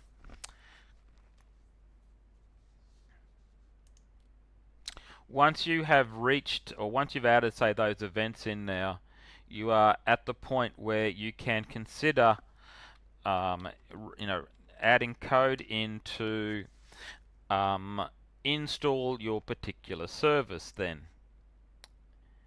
you can do it through the Service Control Manager as a command line app. You can do it through a custom installer if you had such, or you can, or we can actually, Delphi provides code which allows to run your program from the command line to perform the install and uninstall part sections. Also note that in our particular case here, services typically will be using how have configuration settings. In our case, I'm not worried about having any particular user interface for that, but it will be just an ini file, which we will use Notepad to set up, say. But it is something else that needs to be considered when you write your service, and how will the user maintain any of the settings and configuration information. So if we want to install our service, what we will use is we can run our program with a /install as a command line parameter. And for example, we could say my service space /install, and that would then install the service. You then get a confirmation message if the service was successfully installed. There is also a /silent command line option, which you can use to suppress that visual indication that the service was successfully installed. The next action, shall we say, if you are, let's say you are testing the installation of your service, etc., then the next action you would want to take would be to uninstall the service, and you can do that with the /uninstall command line parameter. And by the way, you can use a dash or a slash as the on the command line. So we can say myservice.exe minus uninstall, and again, like the installation command, we can also run this silently, which suppresses the message that indicates the service was removed. For each of these commands, then, you need to also be running as an administrator account, because if you're running as a regular user, they typically won't have the necessary permissions to be able to install or remove a service. So what we'll do now is go to we'll go to the Services Control Panel applet, and we will also pull up a command line, and let's see what we have here. So at the moment, our file purging service is not in our services list, and we are now going to install it. So it's filepurger.exe/install. We get a message, and again we could use a silent to suppress that. Hit the OK button, and now if we go back into the Services Control Panel applet, refresh our list, you can see here that our service has been installed. Again, note the startup type is set to automatic, and it is currently not running, as I said before. We would need to start it up in order to get it into a running mode. The next function here is to uninstall, so I'll show that before we go back into Delphi. If we were to run the uninstall, use the uninstall command line parameter, you can see here how we've got an information message to say our service was uninstalled successfully. Keep in mind, all of this code here has been provided to us from Delphi. We haven't had to write anything at all, really, except we'll come up to our service in a moment. We go back to here, hit the F5 button. Our service is now gone. Now, here's the fun part. So I'm actually going to install the service again. And the reason is because once the service has been installed, providing the name isn't going to change, we can now change our program within Delphi, say, and compile it and then somehow debug it. So what we're going to look at now is some of the other code behind the timer and what it will do, and we're going to start looking at debugging in how we can debug our Windows service to, work out when things are going wrong. By the way, I'm not trying to take over any debugging session, but some of this stuff here is important when it comes to writing an NT service. So we're going back here into Delphi now. So what is our service doing? I said at the very beginning that we were going to write a service which will delete files which are older than a certain number of days. So to do this, what I'm doing is that every time this timer runs, I'm going to read the new settings. I'm going to do something here. If I've got a number of days and I've got at least one directory to look at or monitor, then something's going to happen where those files that meet the criteria will be removed. And then if that was successful, we will the timer gets restarted. If that doesn't work, well, then I'm going to log a message, and this message here will go into the Windows event log and provides the user with information as to what's happened or what went wrong. You will also notice here that I have some debug events. These are important, let's say, for you as a developer, whether or not you have them on site, whether or not they're controlled by configuration entry or not, that's totally up to you. So typically what I've got here is that, if we just go up to the top. So basically, once we've read our configuration, I am going to, let's say, write out to the Windows debugger, information, about what's happening here. So when we look at the configuration settings used by the program here, we can see that I'm telling myself, say, when the service was, how many days I'm looking at, what directories am I monitoring, and like I said, that goes to the Windows event log. In here, in the timer, I know my timer's running. I can see, let's say, if it comes into here, it'll be doing something. So let's go into here. I will also typically log what parameters I am getting from somewhere else. So I'm logging the directory here and the time. And again, what we're looking here for are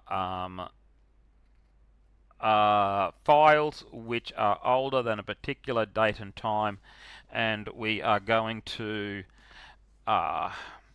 they'll get put into a list, and then the files in that list will be iterated through and deleted because they're the ones which we've meet the certain criteria.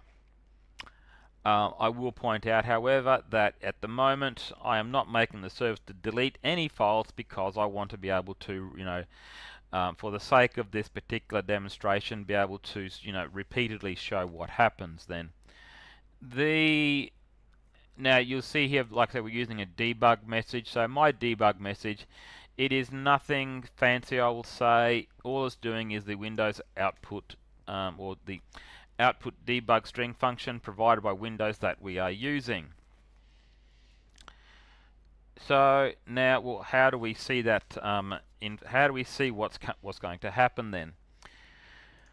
If we have a tool like let's say debug view, which you can get from, I think it's from Microsoft. I know there's plenty of similar tools which basically provide debugging functions. Then what we can do here is to find our service then that we had written.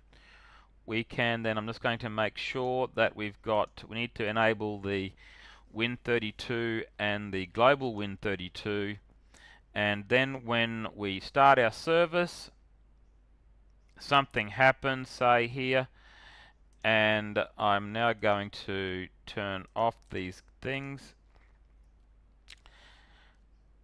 Here is what my service did between on the start in between the start and an actual execution of the service. So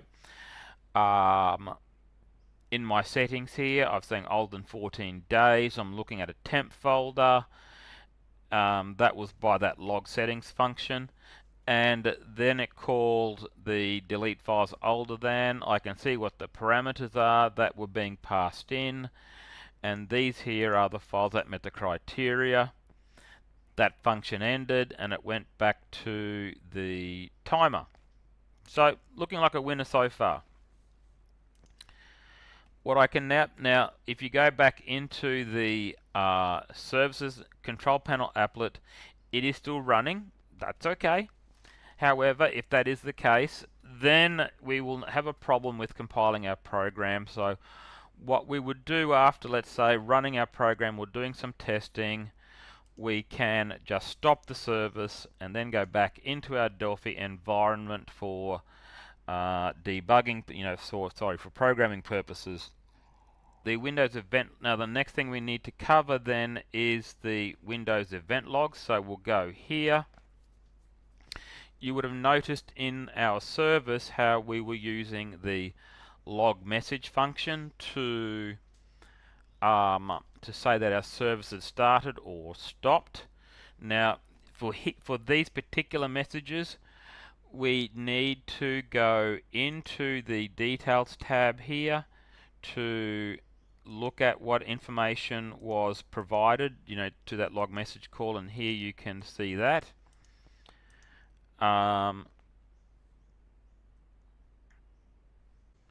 Okay, so we're coming towards the end of this particular session, and what I'm going to do is provide a summary of some of the things we've spoken about, and if you have any questions, feel free to hit me up. So basically what I want to say is that the Delphi's T service provides a good framework for writing a Windows service because it encapsulates much of the complexity involved in writing a service, and it makes it easy, or provide not easy but a good starting point for the development of the service, because it already provides us with the code for handling the pausing, starting and stopping, etc. I'm just trying to get to here. So it provides us with allows us to write the event handlers for these different parts of the service. It provides us with error handling functions. It also gives us code to allow our service to be installed or uninstalled. And if you were to bundle that into an installer, it means you don't need to add any real code per se to the installation, except to run your service with the install command line parameter. It also provides us with properties here, which we can use to set the display name or the wait hint, which again, while it may seem like not much, it provides another level of convenience in writing the service. And you've also got that it allows for dependency management. So again, but also while it provides us with these functions here, the things that we can't do with an NT service is to provide a service description, and nor could we make it really into or easily make it into a service that's like a delayed start. The difference between, let's say, an automatic service versus a delayed start is that all the services which are automatic run first. After then, you will have the delayed start ones running. So basically, once you've got your service running, also think about what threads you need. If you need to use threads or not, and if you are using threads, make sure that you use them correctly and terminate them if your service has to stop. make sure that you include comprehensive error handling, so that to prevent the service from failing and stopping. Similarly, to provide you with sufficient information to allow you to troubleshoot problems. The other thing which is also important when it comes to using Delphi and writing a service, is to get familiar with, or be familiar with, the let's say units like the system unit, the classes unit, the sysutils, and the WinAPI unit. These particular units have a lot of functions which can be used for things like file I/O, error handling, string manipulation, etc. And in this service here, if I could, by illustration here, this function here comes straight out of the Windows API. That's output debug string. With the delete files function, it's actually, this one comes from T directory, but it comes from I think this one comes from system.io utils. So and allows us also to provide a predicate function to filter out what we don't want to keep. It saves you from writing, it saves you from having to write, let's say, unnecessary code which your service might be using. And if all being well, we can trust their code rather than having to write our own code which does, let's say, the same thing. With that in mind, also because of the problems with, let's say, not so much with optimization, but that is important, performance considerations, make sure you are using efficient algorithms and data structures so that you are, again, not bogging down system resources, whether that's an SQL database or the CPU. And of course, with any project, try and reuse code where possible, because code that's been used and tested before makes your life a bit easier. So that concludes this particular session. Thank you for watching. Thank you to the makers of Delphi and CBuilder for giving me this opportunity to speak on about writing an entice service. I hope you were able to get a few things out of this, and I hope you have fun with your coding now and in the future. And if you have any questions, feel free to hit me up. I look forward to hearing from you. Thank you very much. Bye.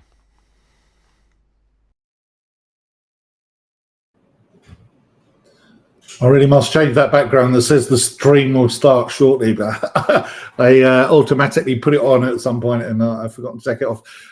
Well done. Tim Coates also calls himself the Silver Coder. And I have some good news. Tim is with us live, despite the fact it's like 4 a.m. or 3 a.m. or something like that. And let me swap you in. There you go. Actually, producer Martha did that. Tim, now you have been introduced to the behind the scenes things that go on in the webinars, and I hope it was good for you. I appreciate you doing the video. It's a lot of effort. I know how much goes into these things. People don't realize that 1 hour of video actually takes you much longer. I don't know. Maybe you're really super slick here, but it takes you a lot of time. No. What time is it? What time is it over there for you? Right now it is 2:54 a.m. Ooh, okay. that's I did pretty, this just for pretty you. tough. Yeah, well, it's 11:54. Martha says there's my video is blurry. All I can say is my video is looking fine to me. So Martha, maybe it's just you. Producer Martha is sending me secret messages in the background. Honestly, let's hope my video picks up in a second. Okay, well, I really liked your session, Tim. Thank you. And in fact, we can tell the world now. I think people are starting to scan your code, which is actually up there. But you are now an Embarcadero MVP as of about 2 days ago. Is that correct? Yeah, it would have been about that. Yeah, and thank you very much for that. Yeah, I mean, the main reason behind that was I've been following your videos on YouTube, and people should. Oh, there you go. People should go to that channel. It's if they scan that barcode, it will take them directly to your channel. I think I've also got a link for it somewhere. Let me see if I've got it as well, because I've got all sorts of exciting things. Oh, I don't have one typed in at the moment, but if they go to there, they'll see it. At SilverCoder70. There you go. YouTube. So youtube.com at SilverCoder70. Yeah. And Tim, you know, he records a lot of content. Yeah, no, same as me. But you record quite a lot of content. I was very interested to see that you use Debug View as well for the login, because actually I use Debug View as well, and I thought I was one of the few people that thought it was great. But the more I come across people like you, I find that it's one of those things that's essential. Do you use it a lot, or is it a recent thing for you? Or no, it's been around forever, as far as I'm concerned. I think I would have started. Look, for NT services for me would have started in about 2000 and something. We'll say, you know, very early. Because before then it would have been, I can't remember what I would have done before then, but before then it was TSRs, but we'll skip over that. So look, it's very early in the piece that you need something where you can, let's say, be able to pop your service into, let's say, debug mode and be able to see what it's doing. You know, so yeah. I think those sorts of tools become crucial to knowing what your program's doing, whether it's in a development environment or whether you can have to do it live not live, but on a customer side. Yeah. I mean, that's actually, I have to write quite a lot of services as well, and that's exactly why I use Debug View, because you can do it in the IDE, and there's different ways of connecting up, debugging and stuff like that. But Debug View just makes it easy. I don't know whether I mean, like myself, you're a little bit older than 21, shall we put it that way. Did you ever have those monitors that used to sit next to your screen? You know, the monochrome. So you're looking as if you don't know what the heck I'm talking about. Maybe I'm even older than I think. But you used to have these kind of green screen monitors, and what you could do was plug it into the back of a PC with a separate video card. And it was like I forget what they were called, not sound blaster type things, but you could plug it in, and that was your debug viewer. It printed it out to that screen. No. And that's where Debug View comes from. It's actually, you can physically plug in a second monitor into a PC, and it's like a kind of dumb terminal, and all it shows is the text output from Debug View. I don't know whether you know that, but no, Debug View is just the graphics equivalent of that. So, well, there you go. I just had an early question there by, I think it was Paul, asking about services on other platforms. My only comment to that one really is, if you're going to be looking at, let's say, something like Linux, it's going to be a daemon, and no, you don't have to do all the magic you do on Windows to make things work. A Linux daemon is essentially just a program that gets pushed into the background. So I'm going to say nothing really special there. Yeah, and Paul's a fellow Aussie as well, by the way. I know.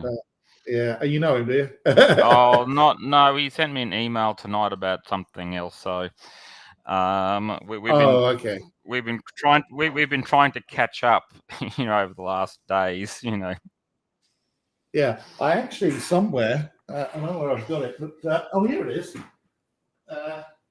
This is going to blow your mind. Because on my shelf, I have to put it on my shirt, otherwise it won't show up. But that is the Australian Delphi user group. Martha says my video is blurry, so maybe it won't show up. But it's a Australian Delphi user. Oh, see, it's not going to work now. Australian Delphi user group. You can see it. mug. Yeah. So that came all the way from Australia, and that was one of the guys from Nexus DB who will be talking at some point as well.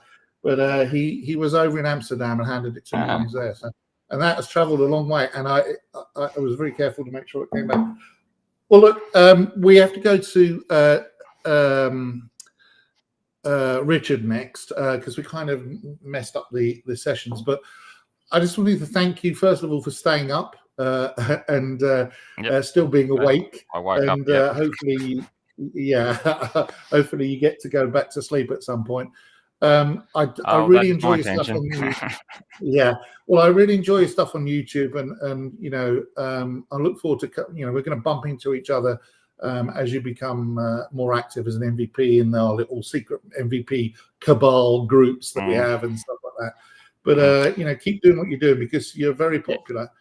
And if I could just ask one thing, if people do have any ideas about what they might like to see for videos, feel free to let me know at least. Otherwise, make it work through the network somehow so it gets to me, because, you know, basically the content is only good if it's, you know, works for you or the people in the community. So yeah, please let me know.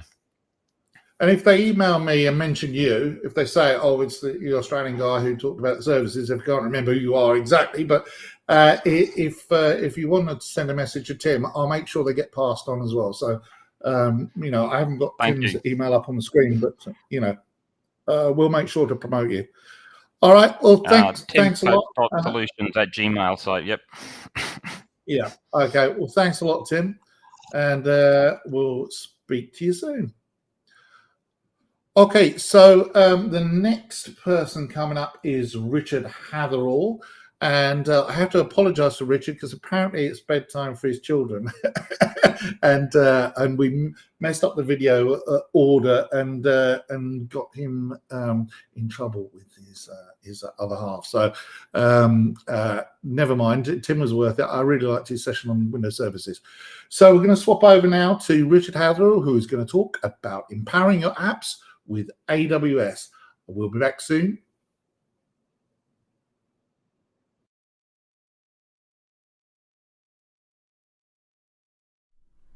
This is Empowering Your Apps with AWS.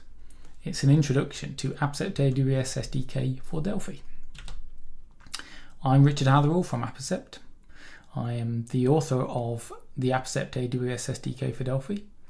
You may be aware of my open source project available on GitHub, Delphi WebMox. WebMox enables testing of HTTP client interactions with dUnitX. I'm also the author of Chat Health, a messaging platform that powers messaging services offered by the National Health Service in the UK. Let's quickly go over what we'll talk about in this session. First, we'll have a quick overview of what AWS is.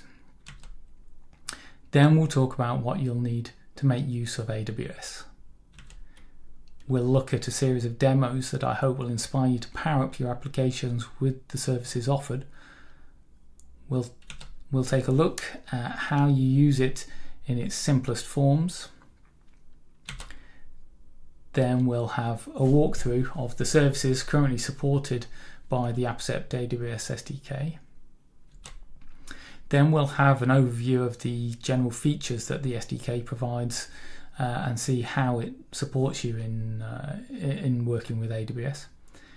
And last, we'll check out where you can get access to the AWS SDK. So, what is AWS? It's Amazon Web Services. It launched its first cloud service in 2004. It is the leading cloud platform. So that's all great, but what can I do with it? So you can deploy virtual infrastructure in the cloud as if it were your own. You can build from the network up, deploying virtual machines and connecting services to support your applications. You can also host an application. What I mean by that is you don't need to worry about the details of the network and other infrastructure. You can take an application you have developed and use a service to host that application, which takes care of all the details for you. What we're here to talk about, though, is how to empower your applications with the many powerful services offered by AWS. These services often encapsulate features too difficult for small developers to implement themselves. They offer opportunity to really boost your own application's functionality. So, what do I need? Well, you're going to need Delphi, of course, because it's an AWS SDK for Delphi, and that's what we're talking about. You're also going to need an Amazon Web Services account. And then you're going to need an SDK, and that's where Apcept comes in. So let's jump straight in and take a look at some demos. First, we'll take a look at Amazon Cognito. So Amazon Cognito is actually a collection of services for identity provision. So you've got user pools, which are an identity provider. That allows you to have a managed list of or directory of users for your applications. And there's identity pools, which are ways to take an identity from a signed-in user and assign credentials by federating those users' identities into the Amazon Web Services platform. Let's jump straight in and have a look at that. Okay, so jumping straight into the Cognito demo, if I run this, we'll see this form come up with a message saying guest user access. So this is actually loading from a document on Amazon S3, and I've been granted access to this object by Cognito's federated credentials. I'll quickly jump us into the Amazon Cognito console here and show you. So there's two sides to this. First of all, there's the user pool, and you can come in here and you can create a user pool, and you just run through a wizard and answer some questions, and you've got a new identity user pool, and the user pool is your directory of users. So if I look here in this user pool, I can see there are users that I've set up here. You can define groups, you can change the sign-in experience and sign-up experience for like self-service and things like that. You can change messages that go out to people at the appropriate times, and you can configure application integration, and we'll see more of this later.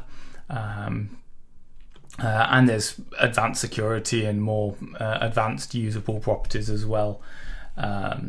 So this is how you configure your sign-in experience. And then there's the identity pool side.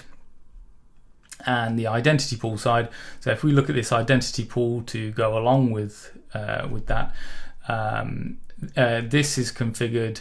If we go to user access, you can see I've configured this authenticated access here, which has a role that is granted to authenticated users. But I've also configured down the bottom here a guest user access, and this has a different role that is associated with it. So if people aren't signed in who are talking to this identity pool, they'll get permissions based on whatever is in this role. So this is what's happening. If we switch back now to our demo app here, we've fetched this document out of S3 based on the permissions granted to us from that identity pool. So if we sign in now and we use one of the users that was in the user pool associated with the identity pool, we can, if I remember the password correctly, there we go. So it's now issued me a different set of credentials, which has given me access to different resources. And in this case, I'm loading another document which has authenticated user access. If I want to, in fact, I'll show you this. So this is something to bear in mind if you are going to use this, because the user interface. So if I sign out again, that signs us out, returns us back to where we were. If I sign in, this user interface looks pretty blank and basic. This can all be customized with CSS, and you can add a logo into this grey panel here. So it doesn't have to look quite as dull as this, but because this is a web interface, if you configure your user pool with multi-factor authentication, you don't need to create any user interface to deal with that, or any logic in your application to deal with that. It all gets taken care of here, and I should point out that this is a T web browser effectively here that's embedded within this component. We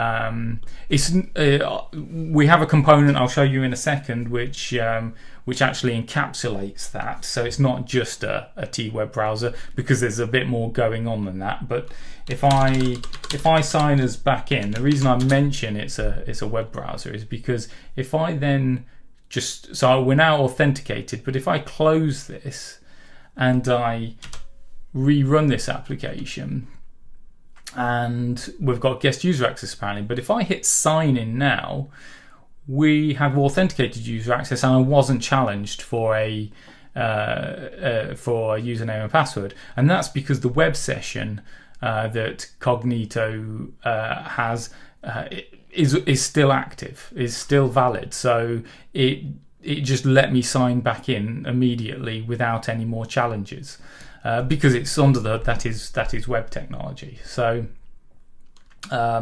it's worth bearing in mind that you might, in some scenarios, you might want to have something to deal with that. Eventually, this web session will expire, and by default, a Cognito web session, I believe, is 1 hour long. So it's not indefinite.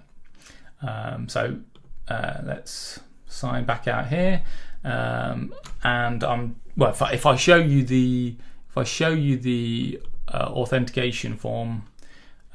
So on it there is this panel here, which is a T-Cognito hosted UI, and it's got a series of options that you need to specify. It's got a domain, it's got a client ID, and it's got a client secret, and it's got a redirect URI. So they're the core things you need to set.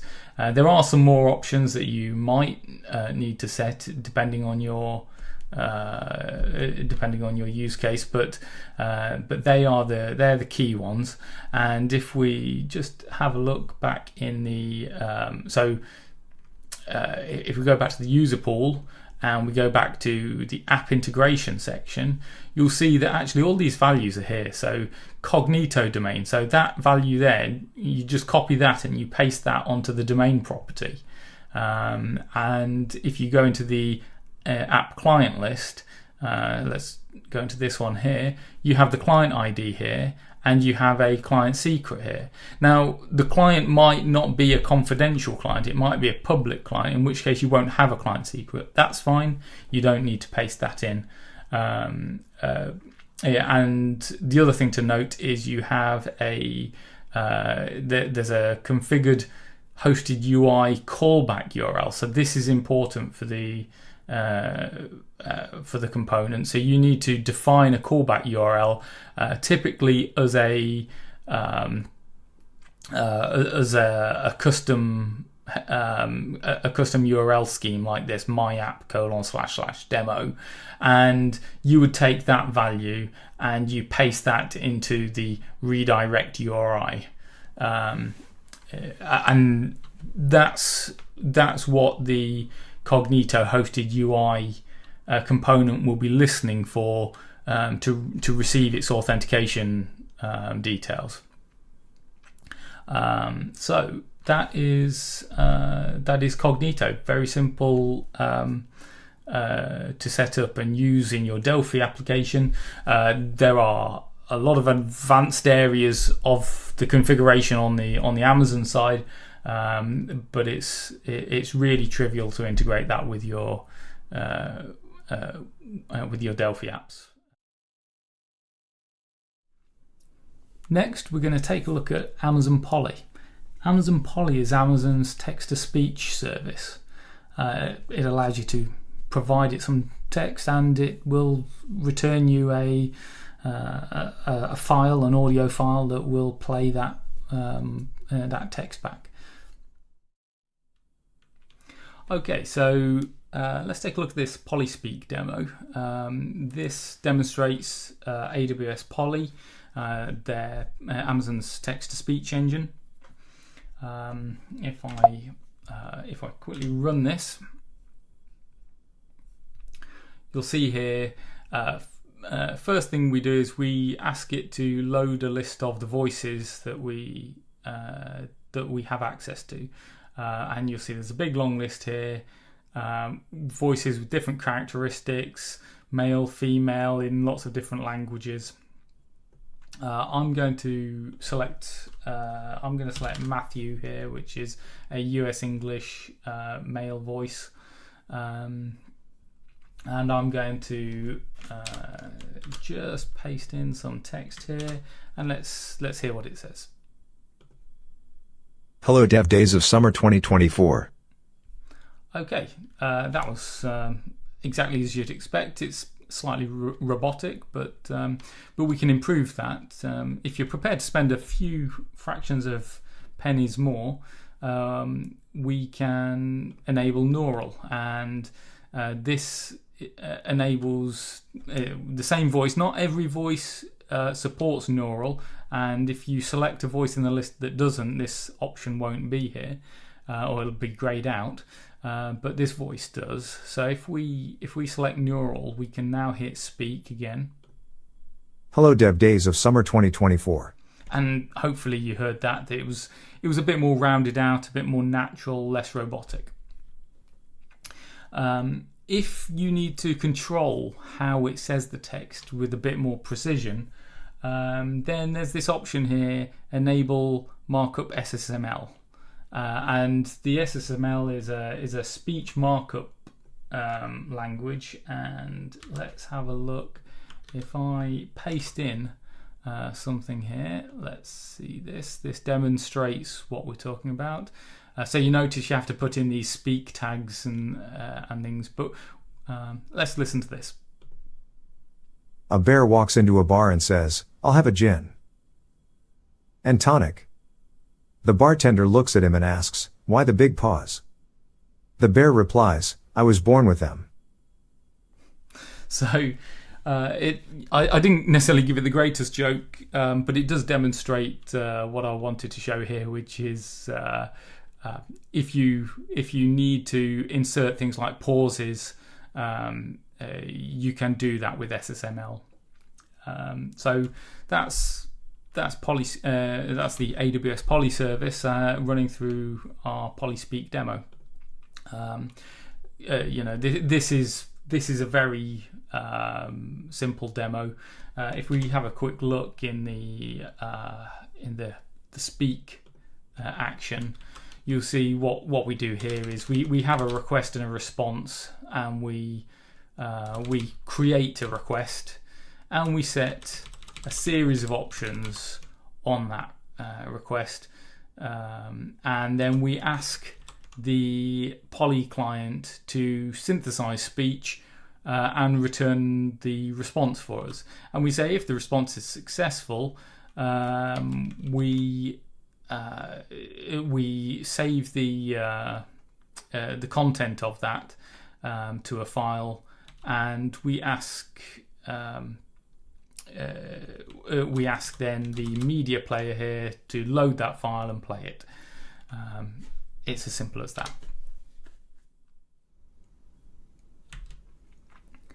Next, we'll take a look at Amazon Textract. Amazon Textract is a service for extracting text out of images or documents. So you can provide it a photo, and if it can detect text in that, it will tell you what that text is and whereabouts in the image it is. Okay, this is the AWS Textract demo. Textract is for extracting text from image documents. If I quickly run this demo and show you how it works, we're going to open an image document. This is an image, a photo I took while I was in Schiphol Airport while traveling to Amsterdam for the Delphi Summit.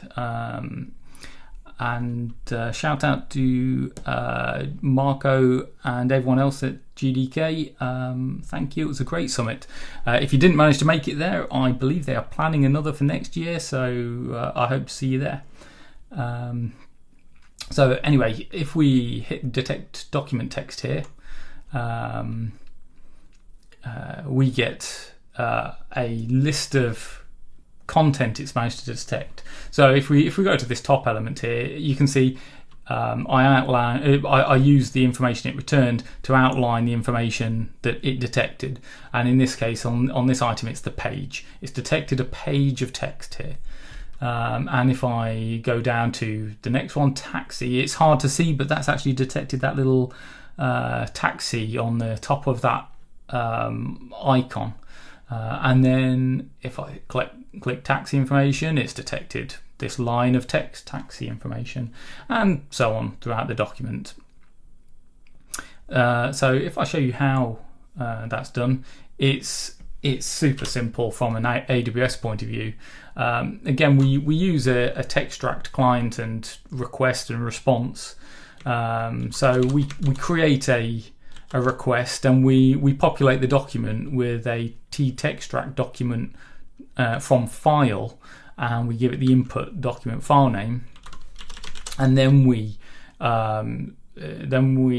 ask the client, the Textract client, to detect document text with that request, and we retrieve the response. And if the response is successful, we just set we have a property on this form called current blocks, and we set the blocks from the response onto that.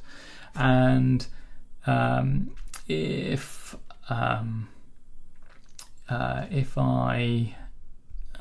just go down here, you'll see that we have some code here. The more complex part of this code is actually using the response information to draw the polygons around the elements in the document. The AWS part of this is super simple. Okay, let's move on to Amazon Translate. Amazon Translate can take text from one language and translate it into another of Amazon supported languages. Let's take a look. Okay, so this is AWS Translate. So the Translate service does exactly as you would expect. We've all seen things like Google Translate. If you give it some text, and I've set the source language to auto, so hopefully it will detect that is French, and we get the English translation. Really simple. The languages here, we populate these lists from a request because the languages could potentially change from time to time as Amazon support more languages. So we query the service to say, what languages do you support? And so we populate both of these lists. On the source, though, we give this option of auto, which isn't obviously returned in the response, but it's a flag that you can set on the request when you do a translation. If you don't know what language you're coming from, if you specify auto, it will detect, and the response to that will then tell you what language it detected, which is how we set here in this display label the language code FR.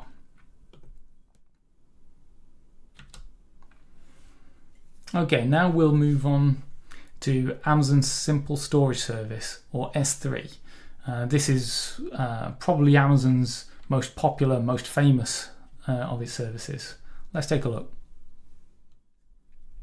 Okay, so here on the S3 Explorer demo, it demos a number of features of the Amazon Simple Storage Service S3. If I quickly run this demo, let's have a look here. So it gives you an Explorer-like interface, and you can select from your available buckets. So I'm just going to choose this demo bucket here, and if I expand the paths here, we can see we've got a documents folder, an image folder, and an uploads folder. If I want to upload a new document here, so I'm going to, or an object in S3 terms, I'm going to select a file here. This video is just shy of 200 megabytes, and if I hit open, you'll see straight away that an upload progress happens. And if I just expand this up, you'll see it's reporting back status of not just one upload, it's doing multiple parts because the file exceeds the parameters that allow it to do a multi-part upload. And doing a multi-part upload increases your efficiency. So when you're operating in the cloud and you've got network connections to be concerned with, there are times that network connections are faulty. So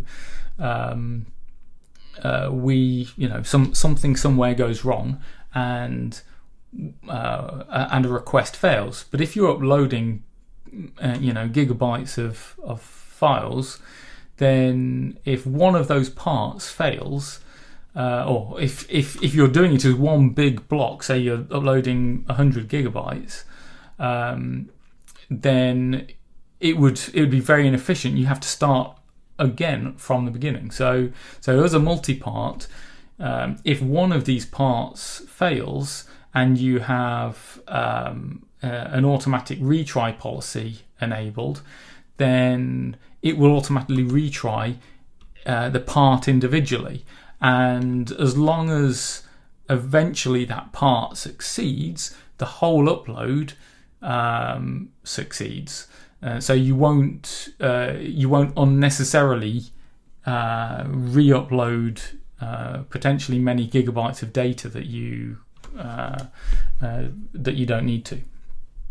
So if we have a quick look at this under the hood, there's quite a lot going on in the S3 Explorer demo. So I would say it's worth going and checking this demo out and looking at how to work with S3. S3 is one of Amazon's largest, oldest, and potentially most complex services to interact with.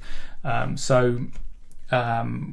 help you out a great deal with utilities to simplify some of the tasks like multi-part, and I'll show you how we do that now. So if I open the upload form and the form.file upload, and we go and look at the code in this, so this is the upload file function or procedure, and I'll just quickly point out that we run this I'll point out first that we're using a TS3 object. So we're not interacting with the client directly. We're not asking it directly to put an object somewhere. We are using TS3 object because it's one of our model objects that has some business logic embedded in it. It helps you access most of the functions that you would want relating to an object. So it represents, when you create an object, it represents an object in a bucket. So you give it the bucket that it's stored in, and you give it the key, which is effectively the path to the file or object, as I say in S3 terms, and you optionally give it a configured client. You don't have to give it a client. If you don't give it a client, it will construct one for you. But in this case, we hand it a client because we have one already configured for this application. So it's more efficient for us to use that client here.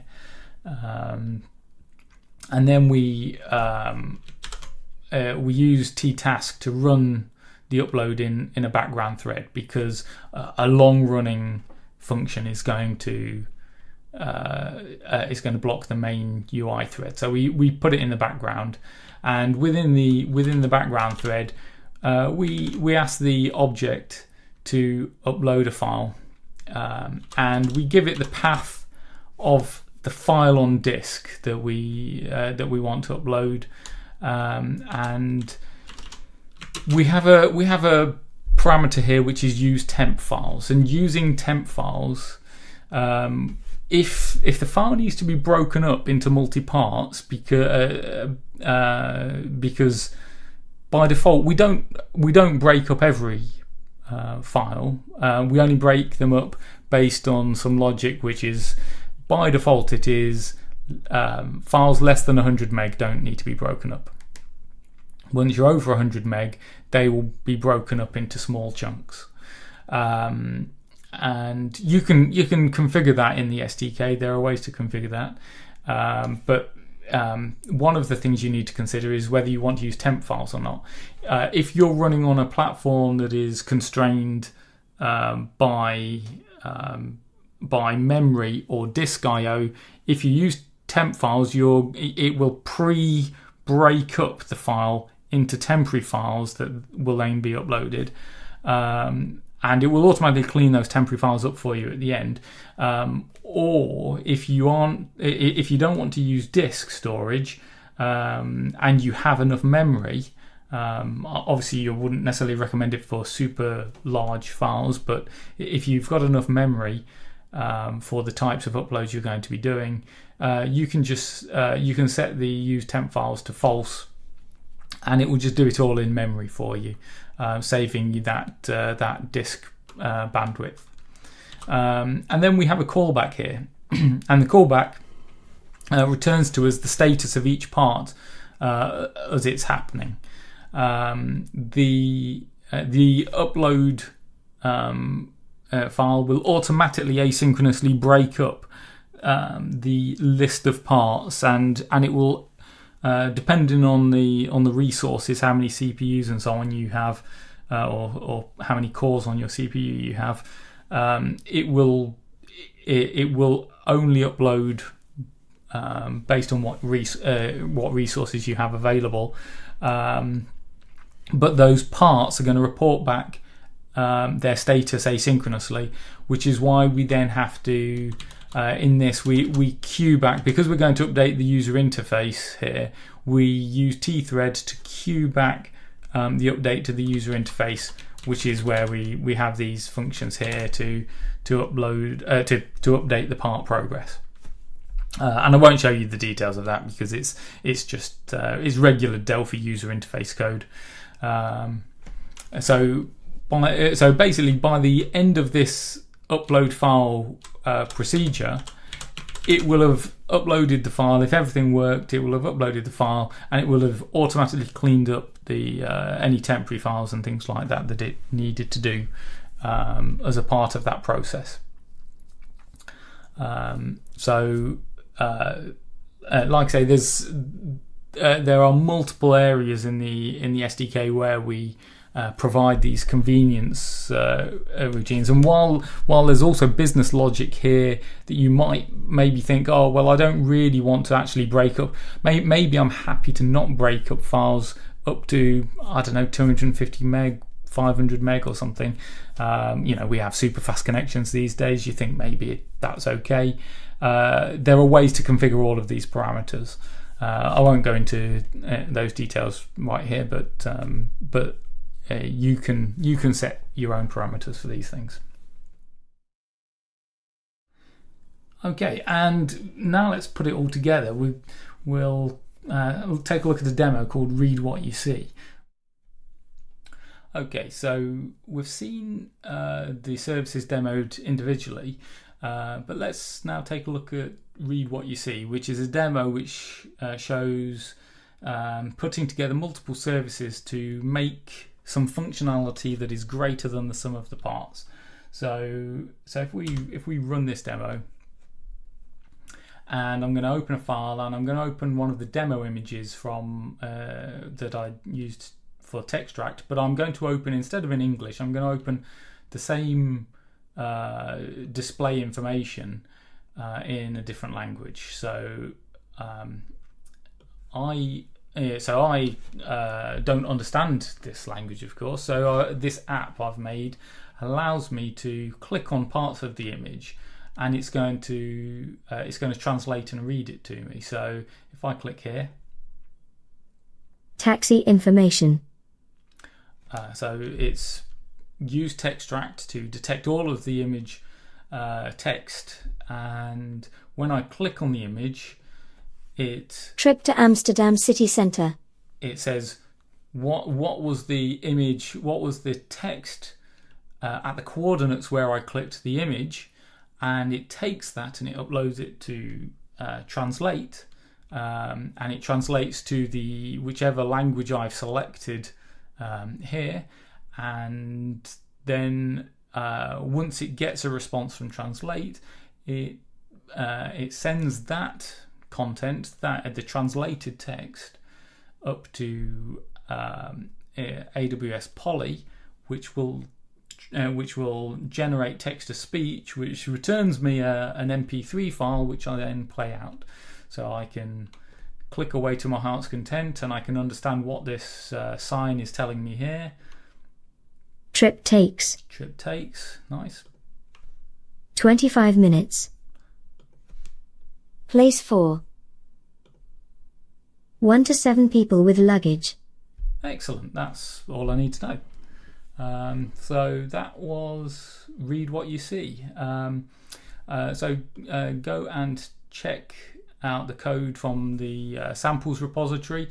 To make this easier for you, I broke all of this code up into 3 data modules. So the main form calls each function in turn at the appropriate moment, and you've got 3 data modules. You've got the first thing is the text extraction data module, and this, if you look at the code here, it has all of the functions used by the app for extracting text and finding out, selecting text at a given point. And then, so not text to speech. Let's have a look at the translate next. So on the translate, we have a set of functions that are needed for actually performing the translation. And on the text to speech, we have some functions here, some properties and functions to convert text to speech. So you can go and look in the demo repository and check out how all of this is working. But yeah, there you go. That's Read What You See. Okay, so we've seen these demos, and you've seen some of the code in these demos. But let's just take a quick breakdown of how do I actually use it. So we have a listing of code here called list S3 buckets. It's a console application, and it replicates the functionality of one of AWS's command line utilities. So if you had the AWS command line utilities installed, if you typed AWS S3 LS, it would list out the buckets that your account has access to. And we replicate that here. So on line 9, you will see the first thing we do is we add a service unit to the users clause. So this is the same for all of the services. It's the same pattern. So it's AWS dot the service name, in this case S3, but it could be AWS dot Poly for the Poly text to speech engine. And then down on line 14, we are defining a variable for an interface to the S3 client. So this is IS3 client in this case. If it was poly, it would be the same naming convention. It would be iPoly client. Then down on line 19, we're assigning that variable an instance of the TS3 client. So that's the actual class that's going to talk to S3 for us. In this case, we're not providing anything, any more details to it, so it's configured entirely as default. And then on line 22, we are asking the S3 client to list the buckets, and we're assigning the result of that to a response variable. On line 25, we just iterate over the bucket names that were returned in that response, and we are outputting them to the console. And it's worth mentioning as well, we have scoped exceptions. So down on line 14, you see that we catch specifically the ES3 exception, which is catching all S3 related exceptions within the application. We're not doing anything particularly special with it here. It's just here to demonstrate that you can do that. And the output of this is effectively identical to the output that you would see from AWS's own command line utility. So now you've seen how to use it, let's have a look at the supported services. So in the application integration category, we have Amazon Simple Notification Service. SNS, as it's known for short, is a really simple service that allows you to have one interface for talking for delivering notifications to your applications wherever they may be, and that can include the mobile push notification services that you typically use on iOS and Android. So that's Apple Push Notification Service, that's Firebase cloud messaging, and other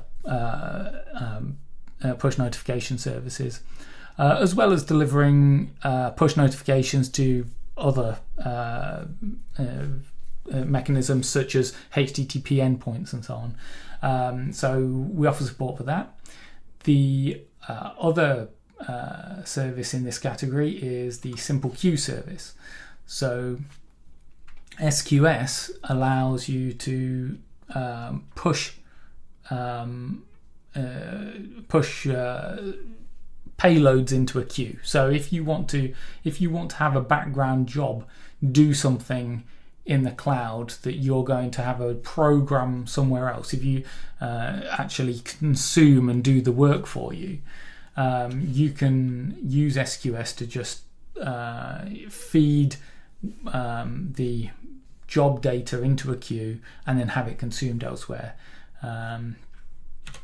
Then if we have a look at the business applications category, we support the Simple Email Service, SES. This actually allows you to send and receive messages, but typically as application developers, we're normally mostly interested in the ability to send emails. So that might be marketing emails, or it might be transactional emails like like welcome messages to your new application account, things like that. In the cryptography and PKI category, we support the AWS Key Management Service. On its own is not that interesting, but combined with other services that have cryptographic features, it's a useful service to have access to. Then in machine learning category, we have a series of services. We have the Poly text-to-speech service, which we've already seen in action. We have the Textract service, which again you've seen extract text from image documents. We have Transcribe, which is a service for transcribing audio tracks into text.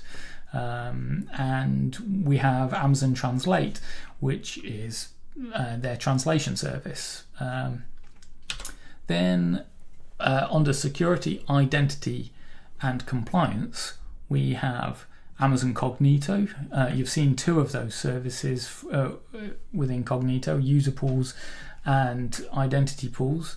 There is actually a third service as well, which is Cognito Sync, which is for taking small data sets associated with a user identity.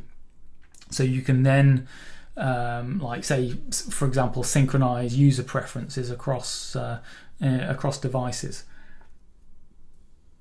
We also have the AWS Secrets Manager. So if you, and most applications these days at some point need to store some secrets, whether that's passwords or other sensitive information. So you can use the Secrets Manager to securely store those bits of information.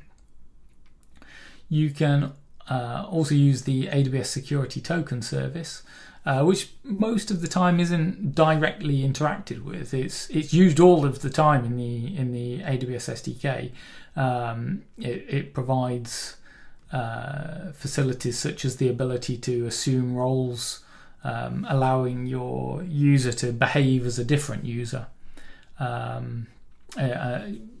which isn't necessarily needed to be directly interacted with, but it can do that for you in a number of scenarios. You can, of course, choose to interact directly if you have a more advanced use case.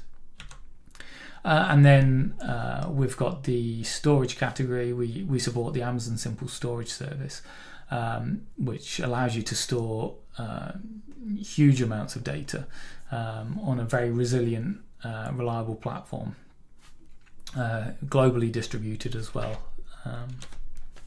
So let's have a look at the features that the SDK provides.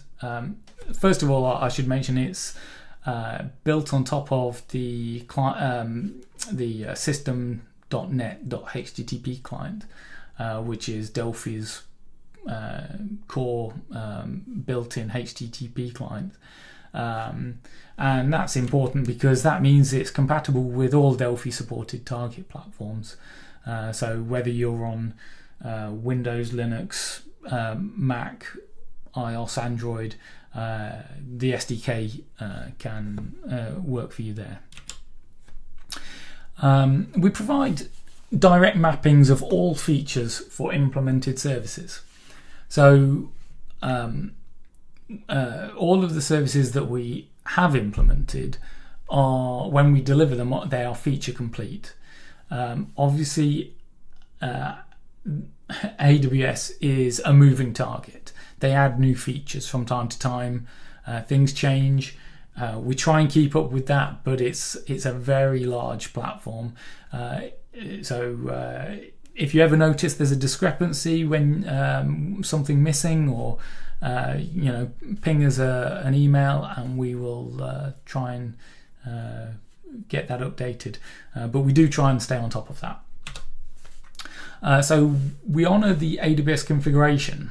So Amazon Web Services own tools. So whether it's a command line tool or whether it's their own SDKs, they have a standard way to configure those tools, and it's consistent across all of their tools.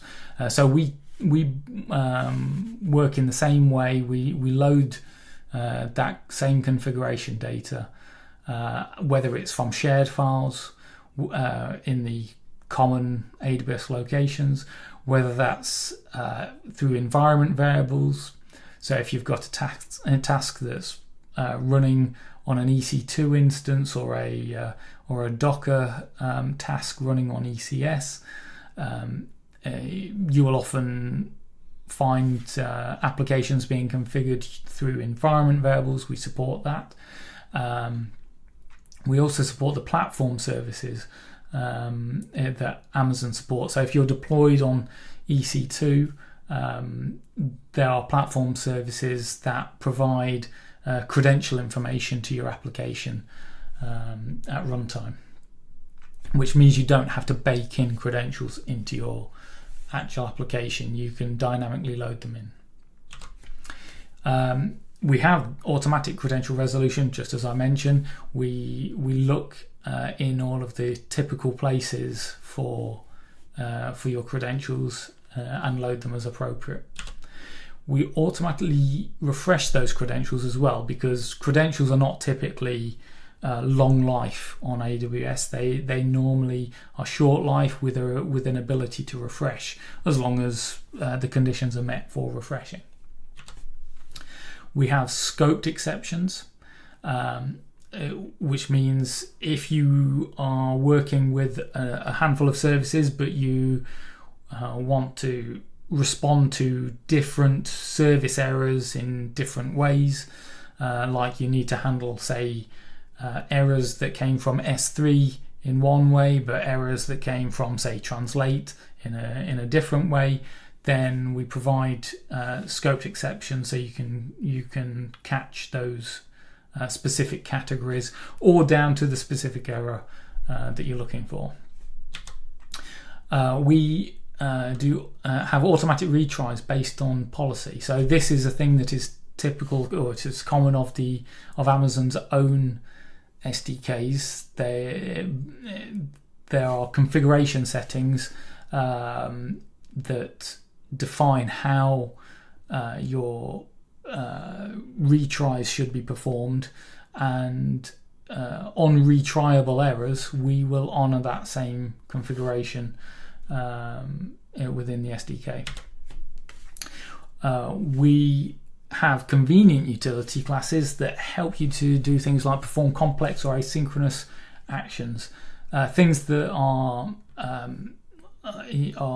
sometimes a little bit too much work for like a one-line interaction.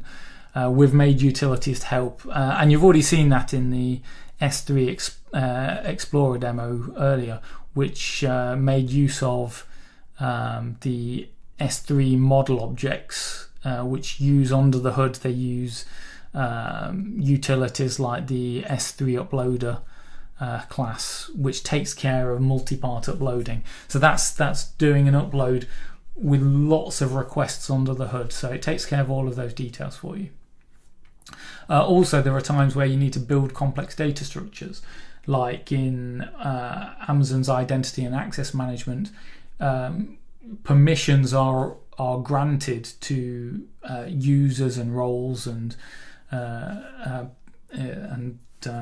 groups and so on through a JSON structure, an IAM policy document, and we provide utility classes to help you build that up in Pascal without having to directly interact with the JSON.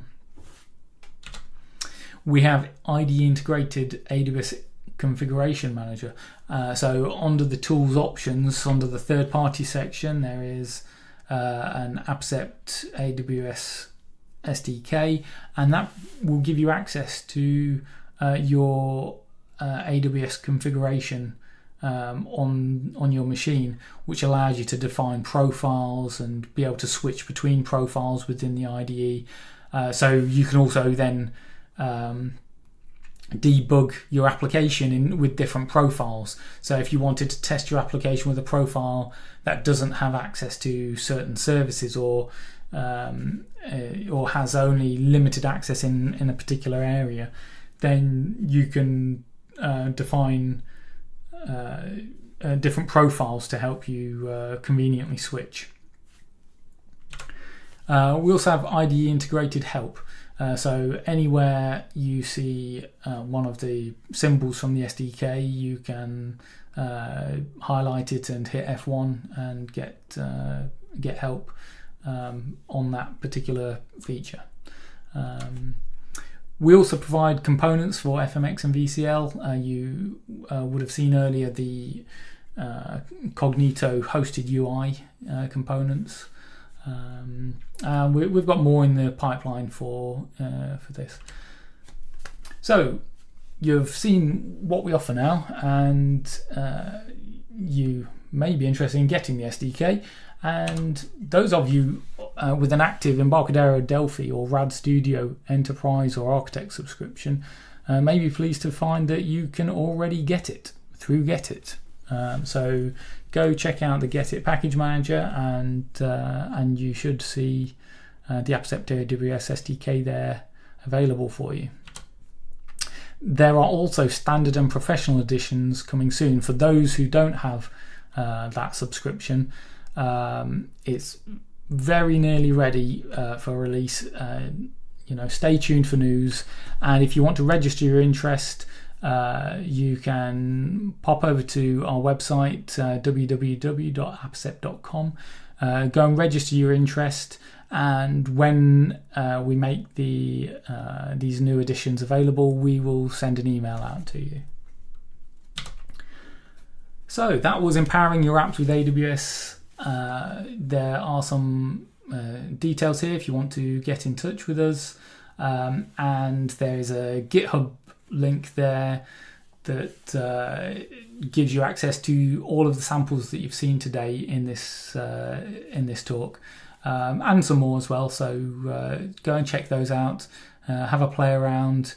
I hope you enjoy working with the SDK.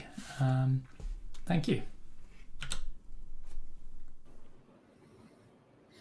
You can get it via Get It. That's today's phrase, isn't it? I love it. And joining us live in the studio is Richard. Hello, Richard.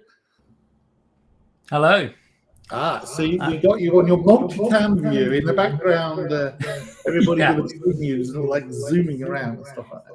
There's a bit of an echo, actually. I think if you've got the YouTube thing playing, you might have to pause it. I don't have the... I know. How about now? Is that better? Yeah, that's better. I can't hear it. Oh, no, actually, I still just very briefly can hear it. A little bit. Oh. Hold on. We're just zapping the echo, everybody.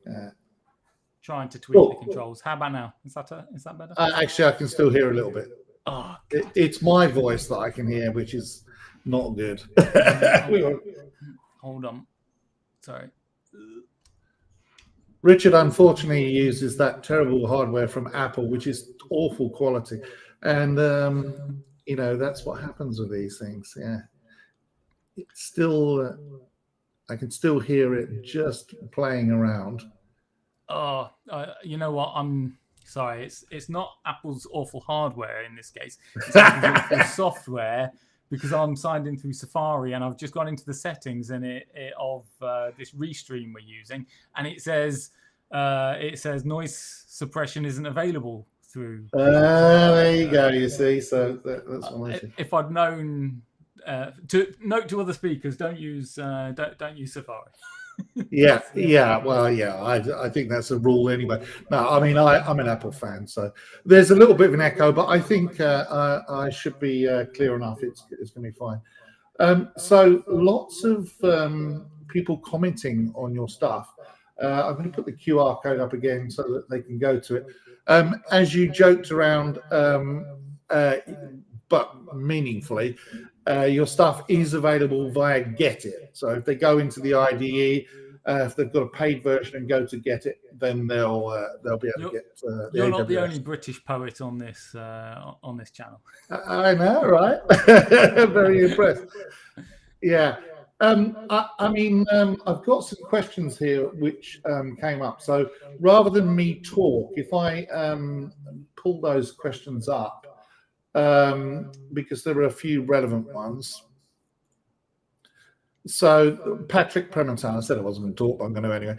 Do you deliver the source code with your SDK? You did say the answer to this, but I'll let you reiterate it. So the Embarcadero edition that comes through Get It, that has source code with it. when it's installed, it's pre-compiled for all platforms, so it should install nice and quickly. But the source code is accompanying it. I've got 2 editions that are about to be released any day now. I've been saying that for a couple of weeks, but like, people keep coming and asking me for videos and things. So stop being good, and we won't ask you anymore. So we I've got a standard edition and a pro edition that is coming out very soon. The standard edition will be binary only, but it will be priced much cheaper, and the professional edition will have source code with it, and priced appropriately. So and Daniel Fernandez, I'm going to get his name wrong because he's got. I'm guessing Dan. I'm pretty certain you're Brazilian, if I remember correctly, which is why you have several names, because it seemed to be the Brazilian way of doing things. Brits barely have one name. But it's Daniel Fernando Gonzalez Pena. I think I'm saying that properly. And he said this, which is not really a question, although he asked a lot of questions, which is he's saying there's lots of other scenarios we can explore the SDK in. And he said, thank you for your good disposition, which is, I know to mean, thank you for your good demonstration. And, good job, because I've seen you a few times. Obviously, we know each other quite well, and every time I've seen you present, afterwards there's a bunch of people go, "Oh, that was really good," and "Oh, I loved your SDK," and stuff like that. And don't forget what we said. We produced an app to do. Do you remember? Not a hot dog. Yeah, Not exactly. Dog. Yeah. I was saying now, someone will copy us and they'll beat us to it. But we'll do not a something. We'll find something we can make that one. What a cucumber! Yes, that's the one. Yeah. But I think the thing is that, as we kind of mentioned during the chat, actually these services, joking apart, are incredible. The one, for example, that you can do the text extract, which you show the demo of there so well, and then the Poly voice, which I actually like. I really like Amazon Poly. I think choosing the right voice is kind of key to getting a natural sound, but and you have to tweak some of the words if you got some specific weird name like Barker, which it chokes on for some reason. But I can definitely see, the potential for an app there where you take the text, extract it from an image, put it through Amazon Poly or whatever, and through the conversion, the translation tool that then translates it to a different language and then gets it to speak that foreign language is quite an incredible thing that actually would be possible with Brad Studio. Yeah. And your AWS SDK. I mean, people in other languages are, where they've got access to Amazon's own tools, are doing incredible things with these cloud services. And this is really what I wanted to bring to Delphi. When it might not have been a story outside of the UK, I don't know, but when I think the last royal wedding, whenever it was, had an incredible amount of celebrities show up to it, and I know AWS was contracted to I think to the BBC and probably to other people to use their services to do near real-time recognition of people, so they could provide data to the presenters, talking about all the people attending the wedding and things. So these services, whenever you combine them up with streams of data and with when you're taking multiple services and rearranging how they work together, they can create so many different things. Yeah, and as Patrick said, who is always super active on the chat, this is how he became the Delphi superstar that he is. But we've both met Patrick and know him quite well. But as he said, AI can do many great things without stealing things from creators. stealing is a harsh word, I think, to use. I think it's learning from people's content, but yeah, I can see how, if it's learning from your source code and regurgitates your source code as kind of. I mean, without getting into a debate about the legalities of that, but I mean, obviously, source code being copyright and having permissions granted or not, then it could be that even just the fact that it is learning from your code could be classed as theft. But so in that respect, yes, but I think what he's trying to say here is there are aspects of AI where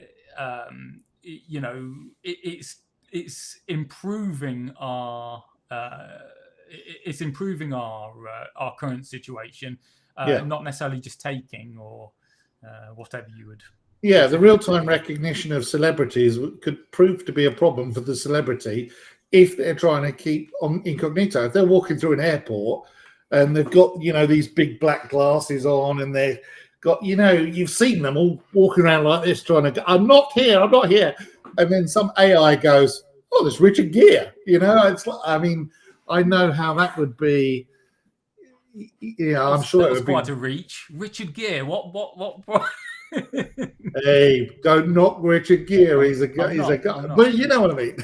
But whoever it is, if AI is contributing towards the stalking of someone, even if it wasn't someone famous, if it was an ex-girlfriend or ex-boyfriend or even a boss that you want to find out what he does on his weekends off or her weekends off, then you can see how there would be negative uses for it. But at the same time, bringing two people together, I use Microsoft Translate all the time. And I joked whilst we were chatting off screen about being British, therefore we don't need to learn another language. I say, speak loudly at someone. But actually, the Microsoft Translate does a very good job of, if I go to Holland, like Amsterdam, like we both did, and I can speak English and it regurgitates it into Dutch or whatever language, is very, very useful. My dog's barking now, so. But I think it's great. Your libraries are great. Your SDK is a work of art. What people don't realize, anybody that's watching this, is how much effort you put into crafting those SDKs to be as good as they can be. Not just like making them work and work okay, but actually, I'm one of these people that does this now. Oh God! But not just that, but also the fact that you optimize them to do things that I know other SDKs don't do. You've talked about the restarts, where something is not working, and so you retry and you make sure that's done in the most optimal way. And I think that's something that is not appreciated by people who are looking at a component vendor, which I guess you are, or an SDK vendor or whatever.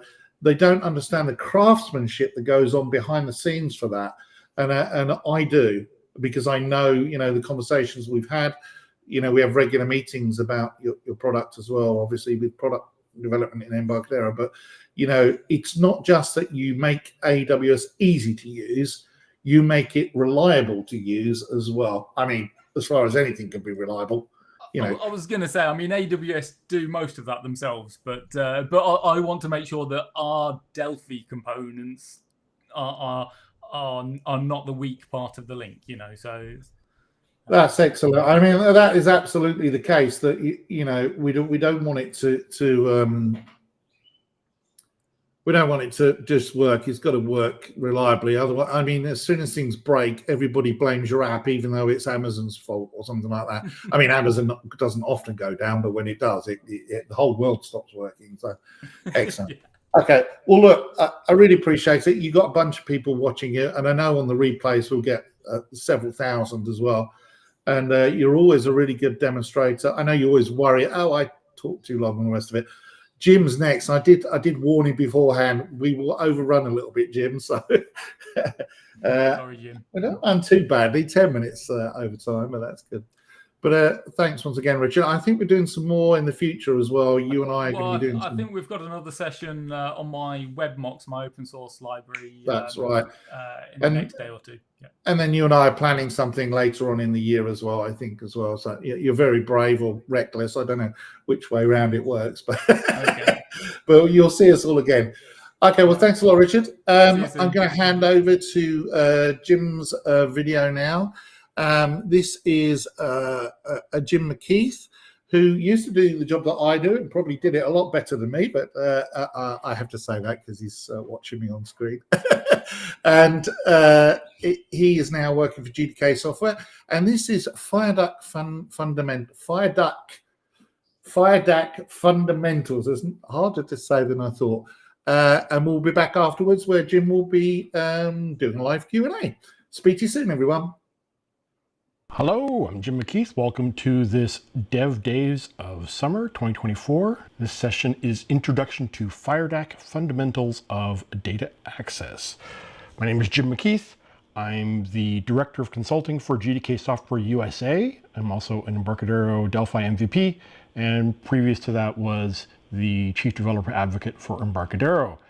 Now I'm working at GDK Software. We are a bunch of passionate, knowledgeable Delphi consultants. So if you know anybody that in need of Delphi consulting, whether it be just some expertise to come in and answer some questions or some additional capacity to handle projects, you can find out more at gdksoftware.com. The session today is on FireDuck. It's an introduction to FireDuck fundamentals. We're going to do a little refresher on SQL, talk about databases, essentials of FireDuck, the components that you need to use, and connecting to remote databases and local databases, and then I'll provide you some additional resources. Also, I want to make sure that you check out the FireDuck, not sure where it's at, tomorrow another session, FireDuck, your secret dataset weapon, where I'm going to go into some really, really cool features of FireDuck. Today is kind of just some basics of getting started with FireDuck. And with that, let's implement this. FireDuck is a universal data access component set, similar to the BDE in some regards, but way better in most regards. But what that means is the same components that you use to access all databases. And this isn't even all the databases it accesses, but is most of them. It is platform independent, works across all platforms, and it's a T dataset descendant and bidirectional, so it's just in my opinion, the best implementation of data access components. That being said, there are other ones out there that are really great. The great thing about FireDuck, it's in the box with your RAD Studio Delphi C++ Builder installation. It is a universal components, but it also has specific features for different databases. So that means you're not giving up functionality of certain databases by using FireDuck. You still get the functionality of those specific to those databases while still having a universal data access layer. I thought it'd be interesting to see how it does with the top most popular databases. So I went to dbengines.com. This is a list of the top 30 database systems. Then I went through and removed all the non-relational ones, but I left MongoDB, which is the most popular document database or non-relational database. There, we see number 5. And then I highlighted the ones that FireDuck supports natively, and you can see it's most of them. There's only a few that aren't supported there. And that's not the full list of FireDuck databases, but it's good to see that it supports most of the top 30 relational databases. You can find the full list of FireDuck databases there, though, in DocWiki. So these are I think the most basic or the most essential FireDuck components, which I'll use in some samples here, but wanted to go through them real quick first. Your FD connection is the connection to the database. So this is where you define how you're connecting to the database, where the database is, what database driver you're using, things like that. The two components available, there's probably others. The two main components available for viewing data from the database is the T-table and the T-query. I almost always use T-query. I find it's more flexible. There are some specific use cases where you might want to use T-table. I'm not going to get into those, but you can find out more in DocWiki on that. But T-query can do custom SQL statements, or you can just do read from a specific table, and it has all the functionality before. Now, if I remember correctly, back when I was using BDE and other systems pre-FireDuck, the tQuery was only read, whereas the table was read and write. tQuery in FireDAC, TFT query is read write, and very, very flexible. So generally, like I said, that's the one I use when I'm working with tables, and that's what I'll use in all my samples today. tscript is a collection of scripts that you can execute. I usually only store one script per TFT scripts, so you can execute all of those scripts, and there'd be scripts. I usually use it for scripts to recreate tables or something like that, but you can pass parameters and other things to the FD script as well. So it's actually way more powerful than probably I typically use it, but it's a great place to store scripts that you want to execute against your database. So those four there, actually those three, because like I said, I don't use table, FD table that often at all. I use FD query, FD query most of the time, are your main components for interacting with the database. Then these last 5 here are GUI components, and they work, all of them work on VCL or FireMonkey, but the wait cursor and the script dialog works on console as well, which honestly I haven't tried those on console. I found that occasionally these will bite me if I forget them. You'll get an error message, so it's good to make note of this list here. And if you do run into problems, it might be because you're missing the GUI component. So what these are is these give you the ability to customize and provide GUI elements for FireDAC. So the wait cursor is the cursor that's used when something's going to happen that's going to take a little longer and it has to display a wait cursor. Wait cursor gives you the ability to control and customize that and display that to the user. The login dialog, if you want to provide a login dialog to the end users, you can use this. You can alternatively provide your own dialog and then grab the username and password the user provides and provide it to FireDAC. But this one will actually go and query the server and figure out what questions it needs to ask the user, and it has functionality to persist that as well. So it's a really great just basic login dialog, or not just basic, it's a good login dialog for connecting to the database. Like I said, you might want to make your own and customize it, but most of the time this probably will do what you need it to do. Then you have an error dialog that you can use to display errors, and it gives you a little bit more information than the default error message dialog would be. And then the script dialog can display script execution process, and the async execute dialog gives you progress for queries that are running in the background, which I've not used that one. I've not used that one, but I know it's there and it's a good one to have if you do have long-running scripts that you're running asynchronously. All right, let's talk about working with DBMSs, which is database management systems. You'll also sometimes see RDBMSs, relational database management systems.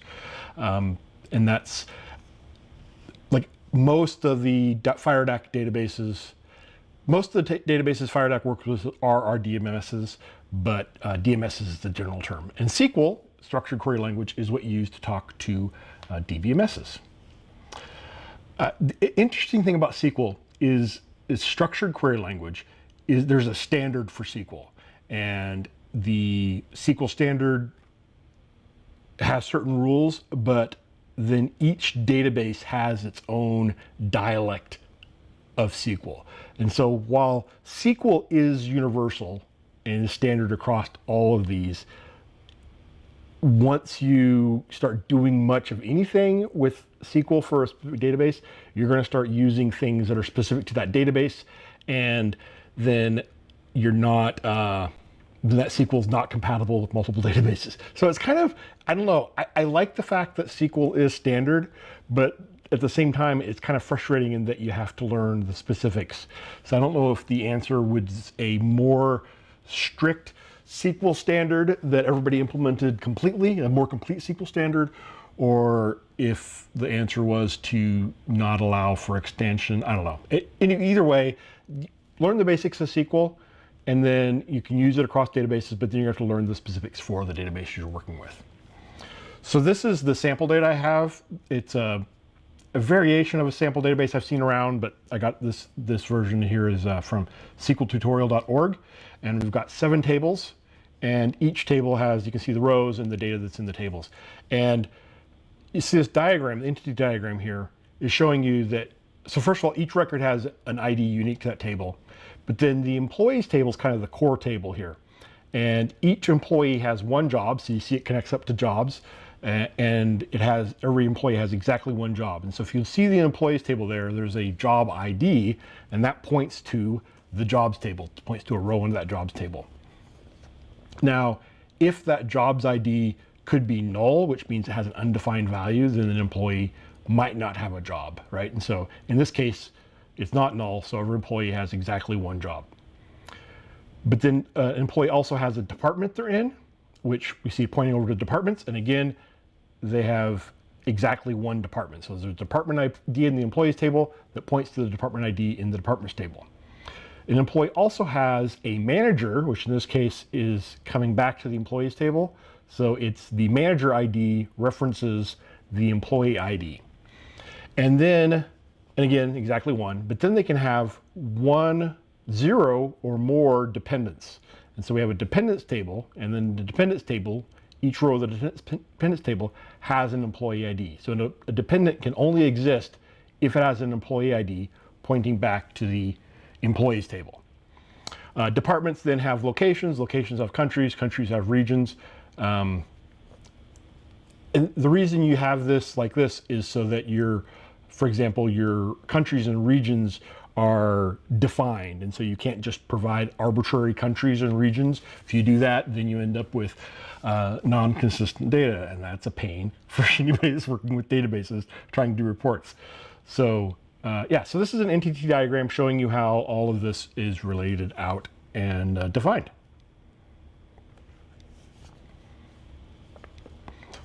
SQLite is probably the easiest database to work with, and I call it a DBMS. I think technically they claim to be an RDBMS. They claim to have relationships, but I don't think it doesn't enforce the relationships. And so what that means is that your SQLite is really lightweight. It's really a library that's embedded into your application, works across all platforms. It does lack some of the features of other databases, like enforcing referential integrity. So what that means is that if you define a rule that says, for example, all dependents have to have an ID, an employee ID that points to an existing employee, it's not going to enforce that. At least there might be ways to make it enforce it, but you have to make sure your program enforces the referential integrity. You cannot depend on the database, which honestly, from a programmer's point of view, that's probably is preferable. So from a lot of things, the SQLite is a great solution. It's usually enough for most use cases. I'm providing some links down here at the bottom in the doc wiki. That first one there, using SQLite with FireDAC, I use that a lot because SQLite is kind of loosey-goosey with its data types. You can really kind of just use whatever data type you want to. It's really relaxed about things. And what happens is it doesn't, yeah, so this one talks about this. So for the data types here, you see by default, most of the code you're going to see in the documentation when you get like some SQLite tables you're working with or whatever, the strings, what things they want to call strings, they just call text. Now FireDAC treats that as a wide memo, which means that when you display it in a grid, it's just going to say DT wide memo. It's not going to actually display the text. If you want it to show up as a string embedded there, you need to use an invarchar or a varchar. So that is all defined in this first link here using SQL with FireDAC. So very useful. There is a way to provide your own mappings to override that, which is also in DocWiki, but this is a good place to start to make sure that your SQLite SQL table definitions is defined the way you want it to be for FireDAC. When connecting to FireDAC, this is the basics you're going to need. The driver ID SQLite. The database is the path to the database file. If that database doesn't exist, it's going to create it. Although that option there where it says open mode, create UTF-8 means it's going to create it. You can change that if you don't want it to automatically create it. But I like that. You just say, I want to put it here, hit test, and it exists. If you want to have your SQLite database not exclusive. Now again, SQLite is designed to be a is a database engine that is embedded in your application. It's really not a standalone engine. It is a library that is embedded in your program. But if you want to have the database files you're pointing to not exclusively locked by you, you can change the journal mode and locking mode to from exclusive delete to normal wall, which is, I can't remember what wall stands for, it's an acronym, right? Anyway, whatever it is. Change it to that, and then you can, it's not exclusive. Now, the reason you might want to do this, especially during development, is that if in the IDE you're working with FireDAC and it is talking to the database files from the IDE, and then you run your program, the program is going to say, whoa, hold on, I can't open these files because they're locked by the IDE. So if you change it to normal wall for development, and then you can change it to exclusive delete on production, then you don't have to worry about that. There are some advantages to have it exclusive, then other things can't be changing it, and it gives you exclusive control, better performance, but during development, you do want to have, at least in my opinion, have that set that way, unless you want to be really disciplined. And actually, FireDAC does have some functionality to not keep the connection open, but it's just so convenient to have that open in the IDE. So on the FD connection, you don't need to have a login prompt. There are circumstances when you would use a login prompt, but generally speaking, you don't need the login prompt. So you can just turn that to false. Otherwise, it's going to pop up a login prompt each time, which you can replace with the GUI component I told you about. But I just turn it off usually. Yeah. Oh, and then also, and I use this in the samples, but this is a useful reminder. If you want to have a lookup in your grid, all you have to do is add a new field. Give it a name and set the field type to lookup. And then you connect. So a lookup would be where you have a like a job ID in your employee table, but then, or here in this example here, department ID, and then you want to go to the departments table and just look up the department ID and display the department name. And then when the end user is using that grid, they don't have to say, okay, if they're in the IT department, that is department number 5. Why would you make your users do that? So you provide a lookup so that they can then go and see the list of friendly names instead of having to remember those IDs, and they select it from that. Generally, the rule of thumb is that your primary keys, your unique IDs for each row, should not be editable by your users, should not be viewed by your users, because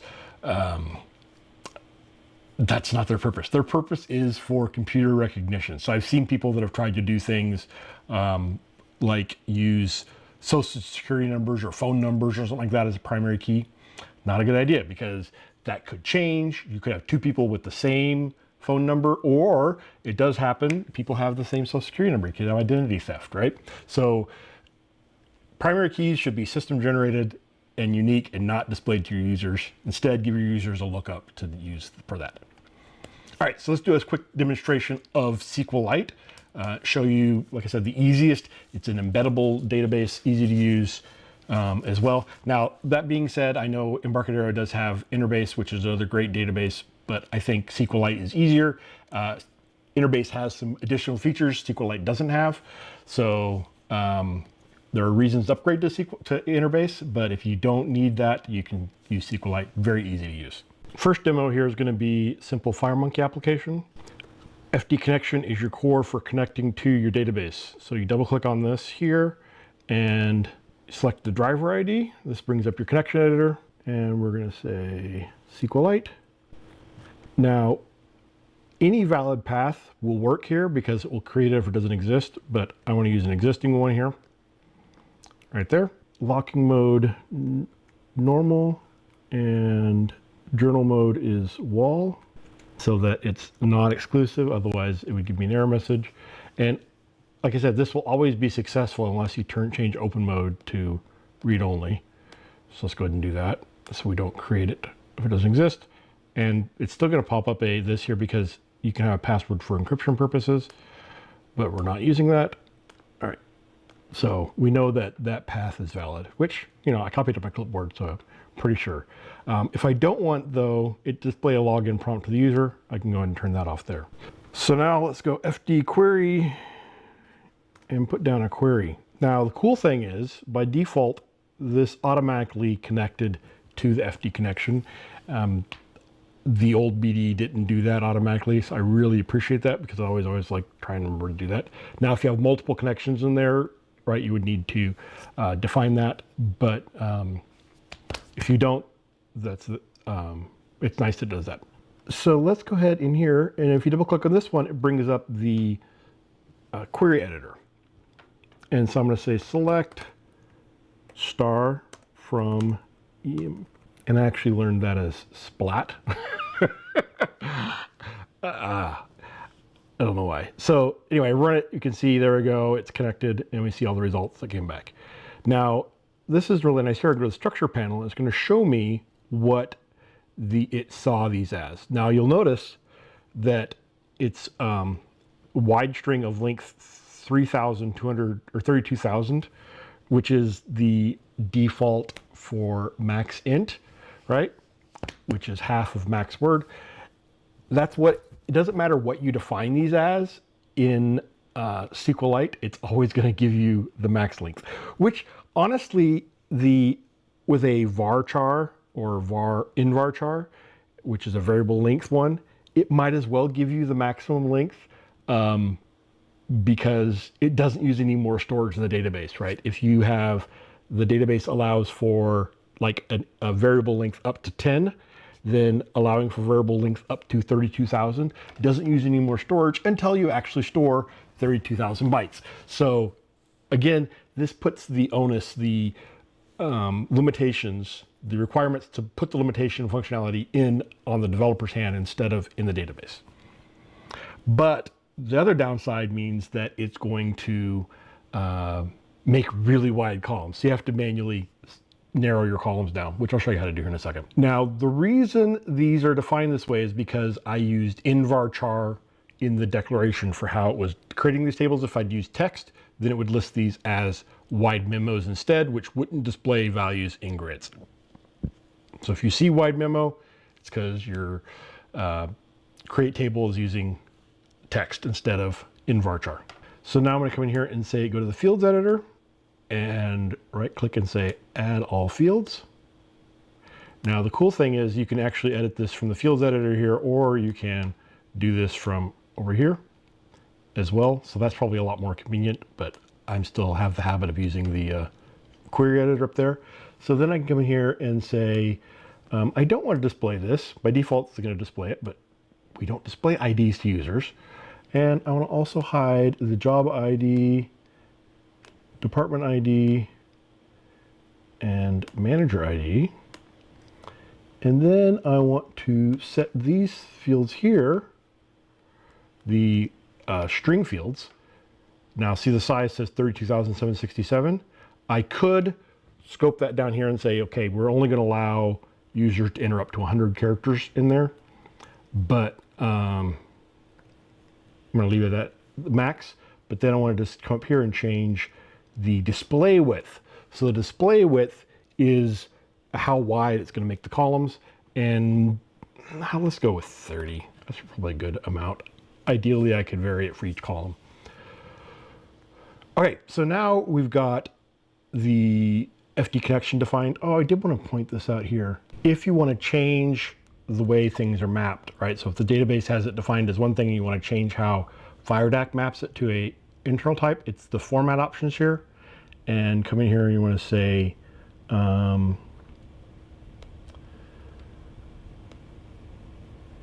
own map rules right there. And then you come into map rules and you can define a new map rule. And so your map rule, you would say, if the source data type is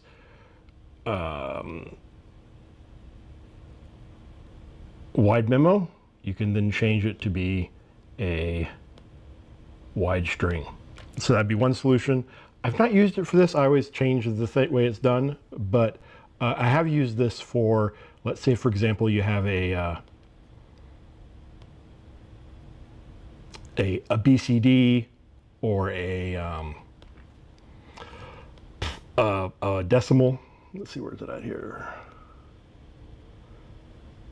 Like, let's say, yeah, you have an extended and you want to come in here and say, okay, based on the precision, right? If it's has a scale of 2 to 4, then I want to make that into a currency.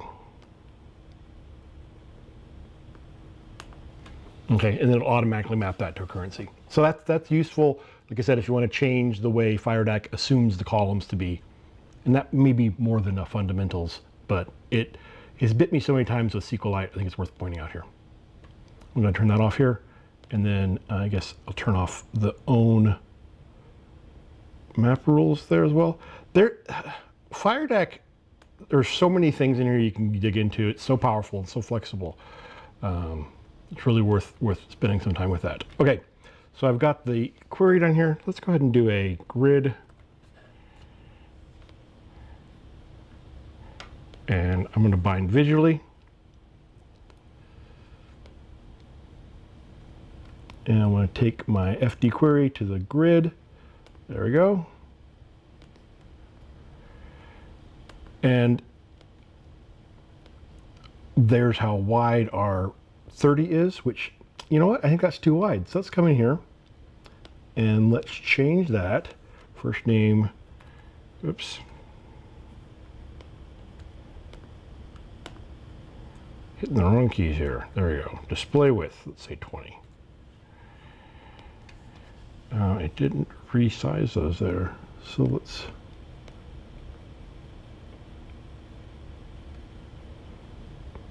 did I do the wrong ones?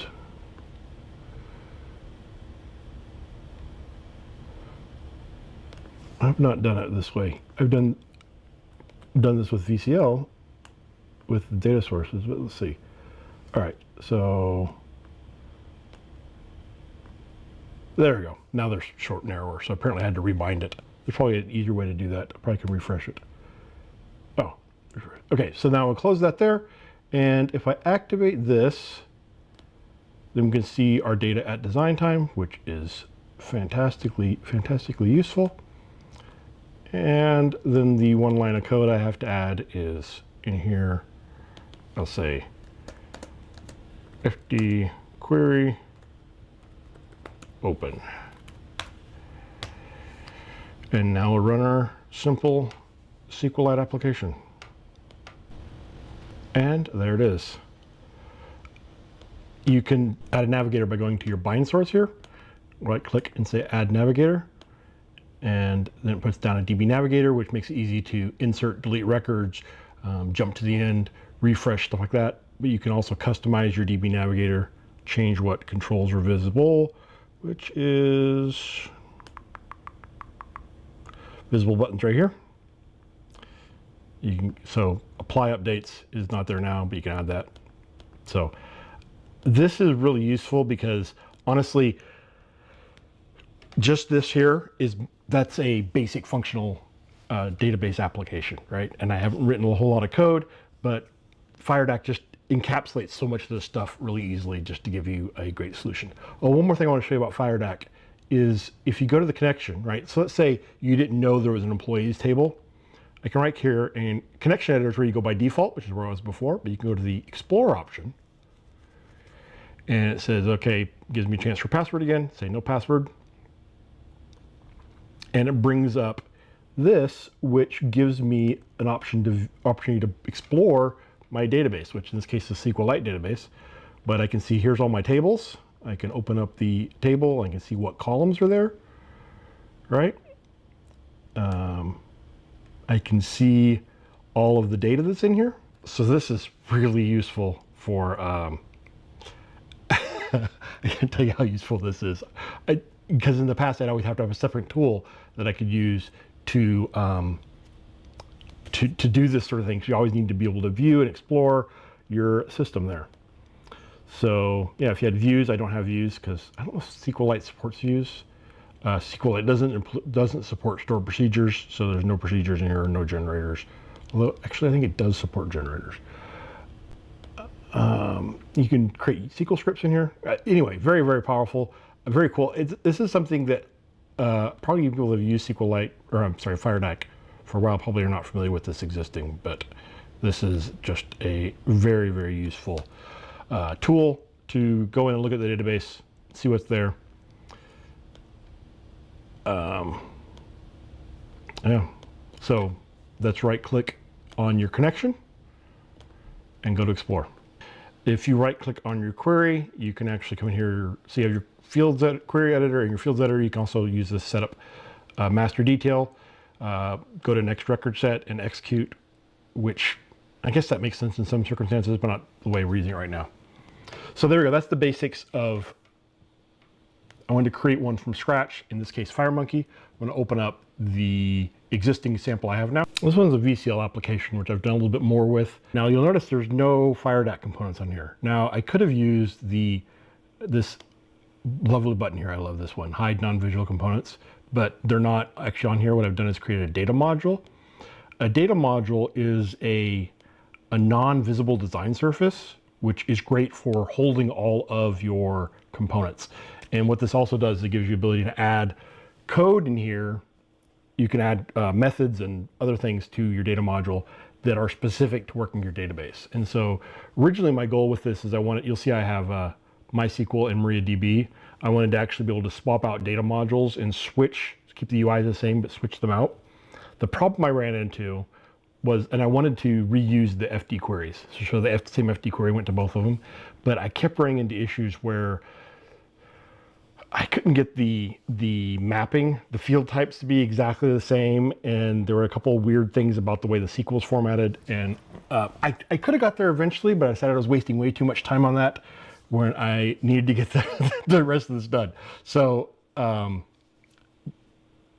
didn't go down that route, but in theory, I'm confident I could get there eventually, but like I said, I ran into some issues and decided I was wasting too much time, so I had to punt on that one. But so here's all my components. So here I have my FD query. So this is my connection, and then this is a collection of queries, each query pointing to a different table. I have two sets of scripts here, one that drops all the tables and one that creates all the tables. Probably not something most database applications are going to have at least as exposed easily to the user as it is in this application, because that would wipe out all the data. But I think it's useful to be able to have your database application be able to recreate its database if it needs to, right? So that way, if something happens, the database gets corrupted, they can roll back to that. Although there's functions for backing up and restoring databases as well built into FireDAC. So those would be other good solutions too as well to include. So then this here is our data sources. So the data sources are what provide they're not specific to FireDAC. This is a Delphi or C++ builder VCL component, and they take the results of a T data set, which in this case is a query, and makes it available to data aware controls, which is how I'm displaying the information in the grid. And then I have the script dialog, the wait cursor, error dialog, and async, which I guess I'm not even using this one, but it's on here anyway. In here, I have the grid, and the grid is connected to the data source right here, which is in that data module. So see, it's SQLite DS employee. DS is the prefix I use for data source. So come back here and look. And here's FD query employees, and then DS employee. I guess it should be employees, not employee. It's not going to break things.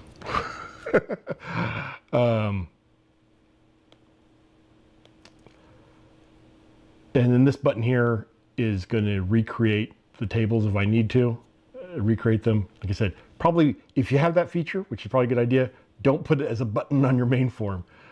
But the other thing that you can do is, so I showed you how to edit the fields to change the width and stuff like that. You can also do it with some columns in a grid columns editor. And you can, if you hit this button here, it's going to re-add all the fields, which I don't want to do that because it's going to add them again, although it gives you an option to do that. But then you can go through each of these as well and say visible false. You can change the caption. So here, title, caption. I'll change this to first.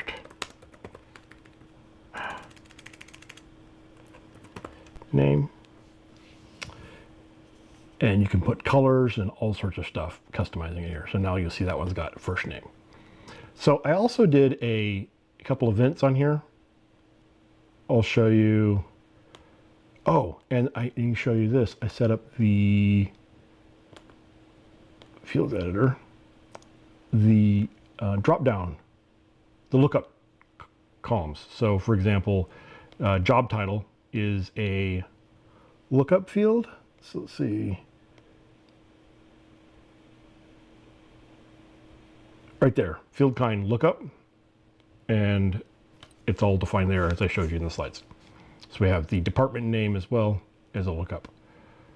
I don't have the manager as a lookup because I didn't set up, I'd have to set up a separate instance, 2 different queries, and I just didn't do that because I would need to have a separate one for managers, even though they're both pointing to the same employees table, because the query, the FD query has a cursor pointing to what the row it's selected, and so you'd need to have 2. There may be a way to do it with only 1, but I didn't do it because I didn't want to add 2, which is probably not a very good reason. All right, so let me go ahead and run this here.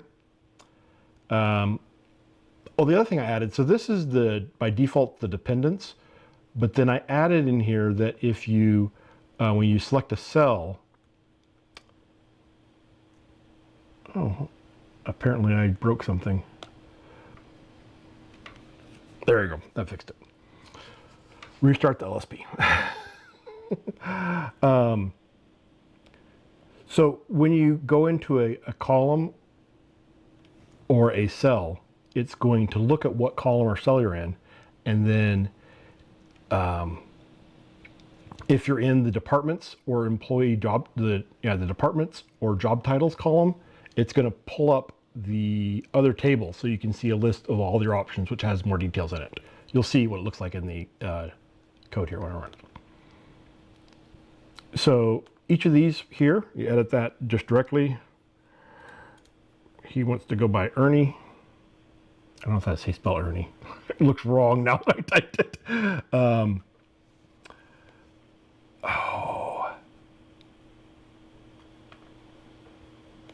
I added something in here. Let's fix that. So what I did, I'll show you my query. And I probably won't fix it real quick. Is I added a join. So it has a join back to itself here, where I have the manager last name of the manager of the employee's manager for the manager ID displayed as manager name, and oh, that's why, it's because it's joining back to itself. Yeah, that wasn't a good idea. Let me go ahead and remove that.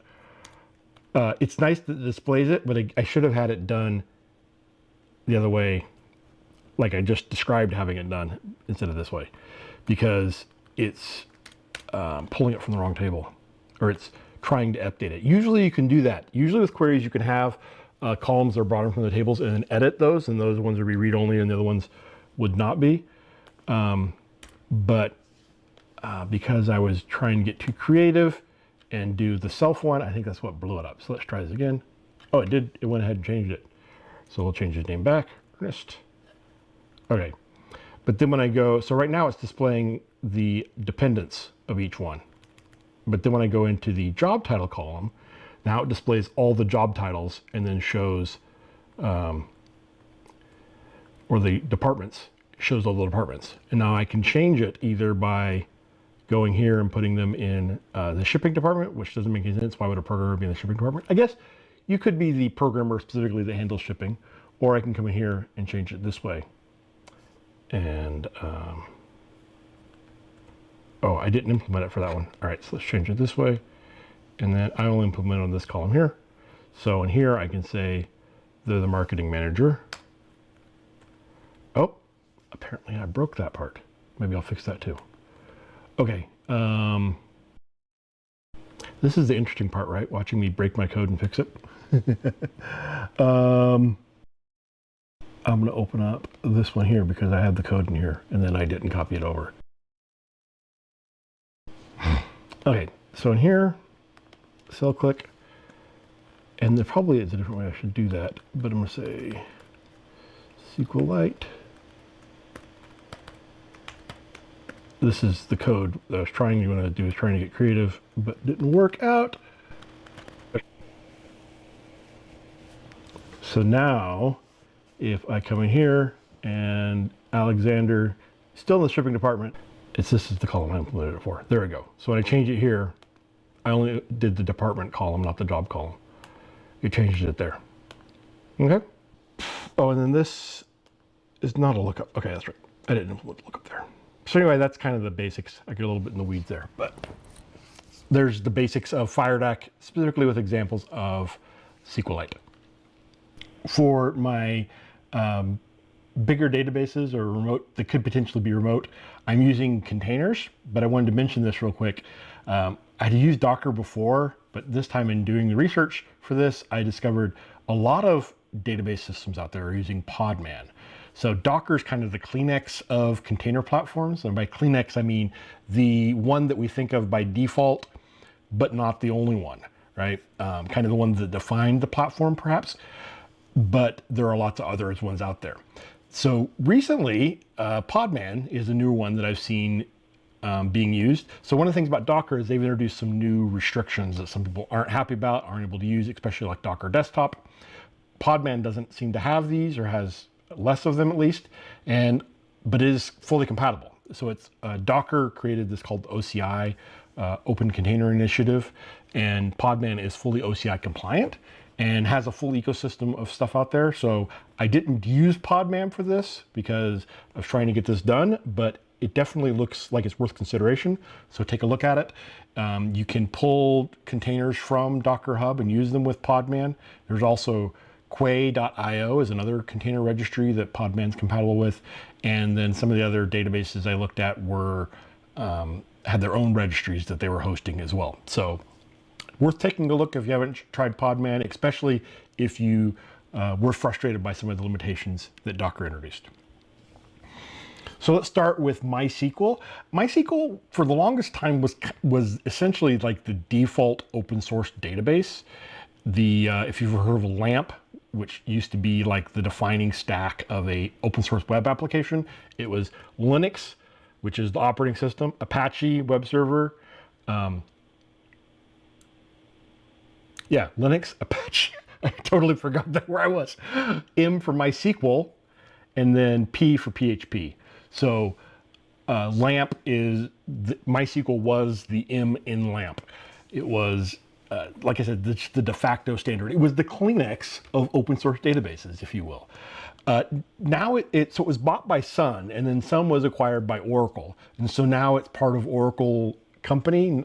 Oracle has multiple databases, but MySQL is one of them, and they've introduced some restrictions people aren't happy with, and they have paid editions of MySQL and the community edition of MySQL.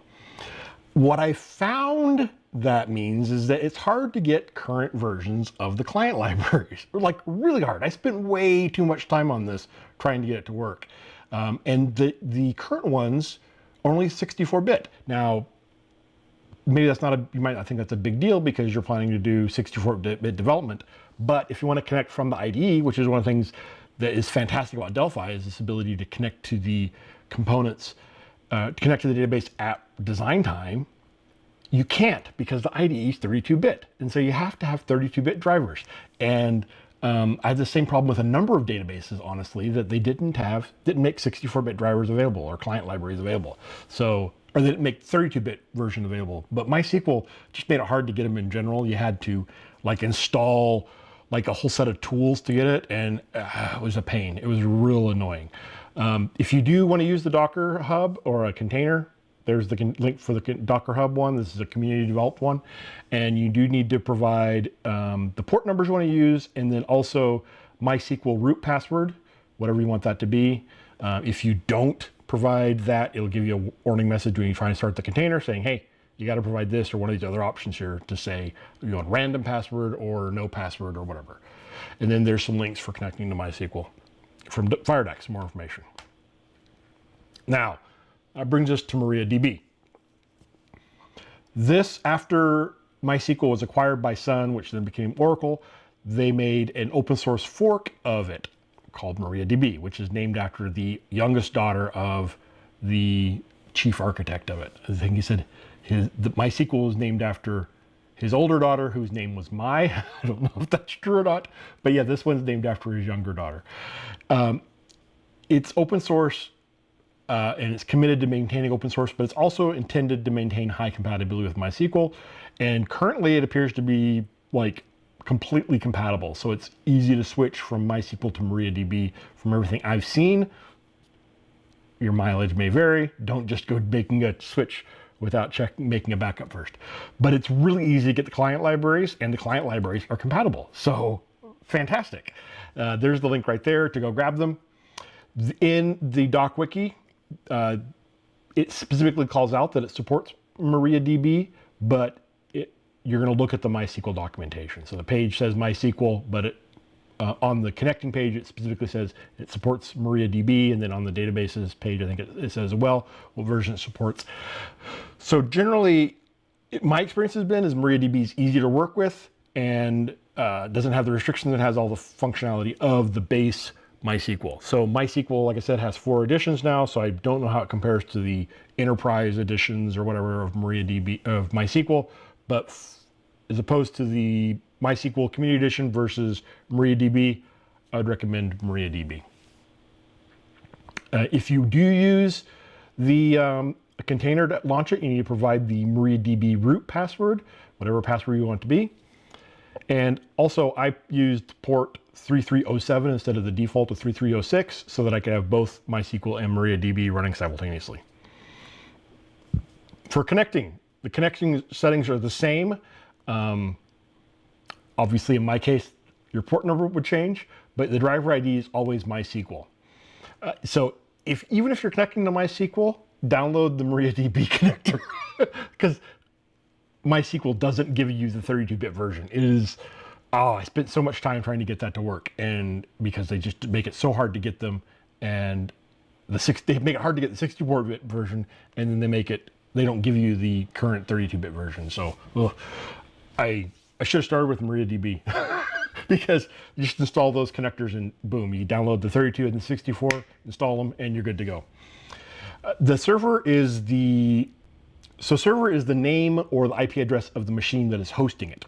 All right. Then you provide username and password, which username is root is the default one, and then the password is the one you provided in the environment variable for the Docker container or the container or however else you installed it. So if somebody else has installed your server, get this information from them.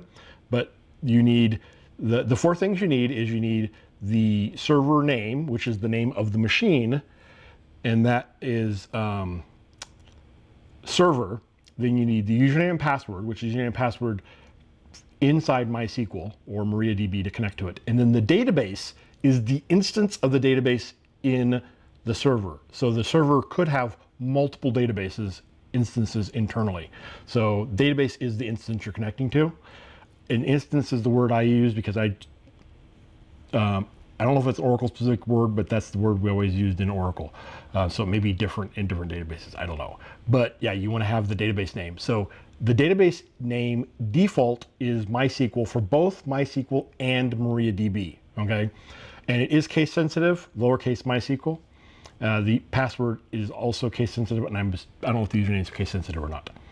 So again, there's the link doc wiki on how to connect. So now let's take a look at this in action. So I have 2 different samples here, MySQL and MariaDB. Honestly, they're like exactly identical, with the only difference being that the MySQL connection is pointing to port 3306, and the MariaDB one is pointing to port 3307 right there.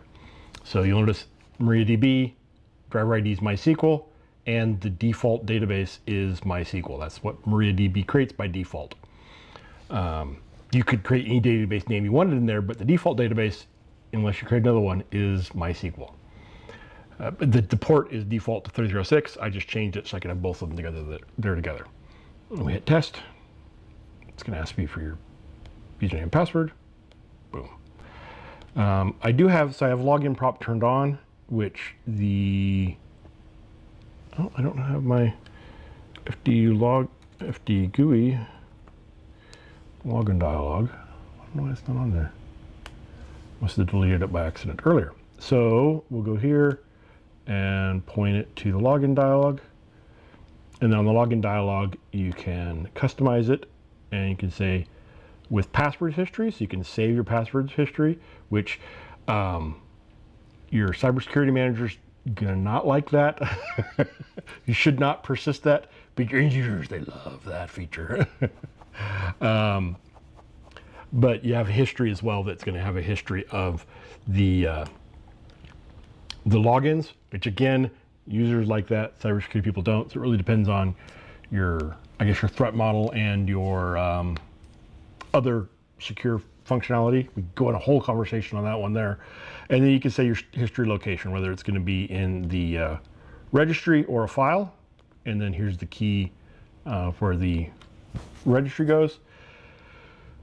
Visible items is an interesting one because this is what defines what items are visible in the login prompt. There is a method you can call on it.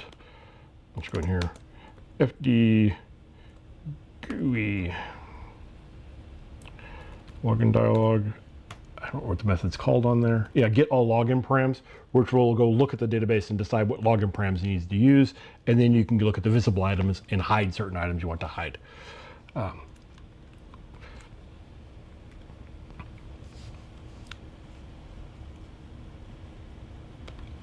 Also, the provider's forms. Forms is the VCL. You can switch it to FireMonkey or console, depending on which one I do. So you see some of them have the console as an option. I don't know if this one, I don't think this one does. Yeah, this one doesn't. I think Wait Cursor has console as an option. Yeah. So on Wait Cursor, you can change which cursor you want it to be, right? For the Wait Cursor, instead of just displaying the SQL wait, you could do a different one. Yeah. So let's go ahead and run this here. I'll start with the MySQL one. Again, they're identical. Uh-oh.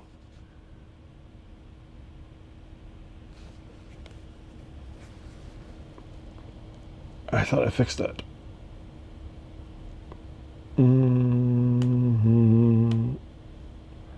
What did I do? Because this ran earlier and worked. Okay, it's working now. I was nervous for a second there. So there you go. It has department name where it switches over to look up there. But I didn't set the column width there, so that's way too wide. This is the default SQLite. Why is it that way? Because it's not SQLite. Oh, it's probably not. Oh, I don't have the.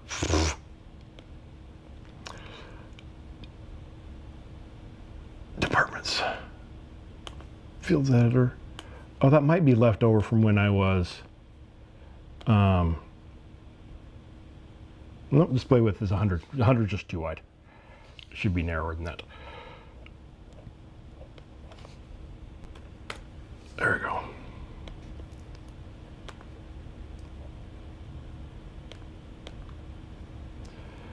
So department, there we go. Much more reasonable. Yeah, so there it is, SQLite, and the MariaDB is going to be exactly the same. Although I wonder if I'll get that error message. I'm not sure what I did to cause that. Yep, didn't get the error message there. Oh, this one's asking for more options there. So you can specify the server and the port. You could hard code that or whatever you want to do if you don't want to display it to the user. And here is MariaDB, which again, like I said, it's exactly the same. Or at least I thought it was going to be the same. This surprised me that the login dialog. I didn't notice that before. I'm not sure if something changed. So yeah, anyways, that's an example of connecting to a remote database, which again happens to be locally on my computer, whereas SQLite was an embedded database. That remote database, instead of being localhost, could be anywhere on the network, or it could be on the internet.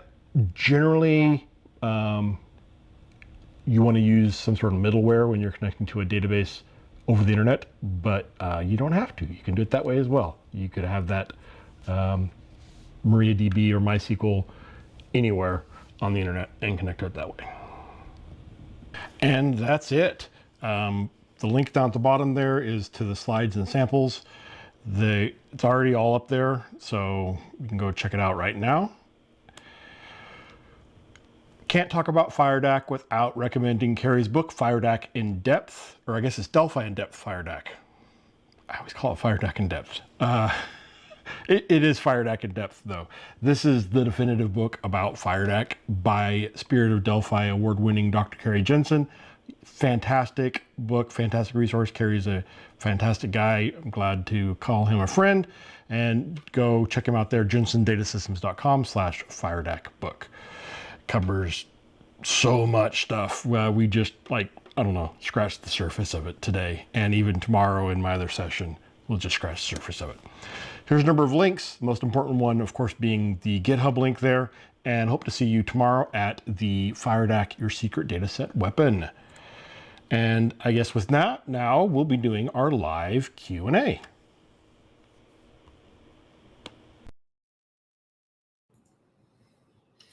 Yes, we will. And excellent session. Jim always does such an awesome job of it. And good news is Jim is live in the studio. Why are you little like that? Let's see. There you go. I have to click extra buttons, Jim.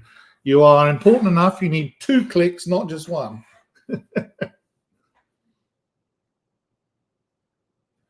Are you muted? I can't hear you. Yeah. I was hearing your video, so I'm guessing I got that bit right. It says I'm muted by me. I don't think so.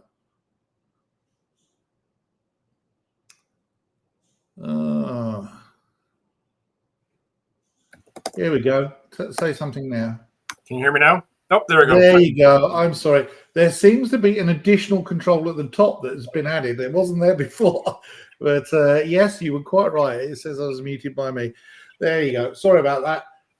It's good for me to get it wrong. I think that's important to make me look completely incompetent and you are much more in control. There, that's the way you go. I love your shirt, by the way. This is Jim is always dressed resplendent in some form of sci-fi stuff or a tie-dye thing. Really great. I'm going to put your QR code up there for GDK software, and whilst we do that, we're also going to put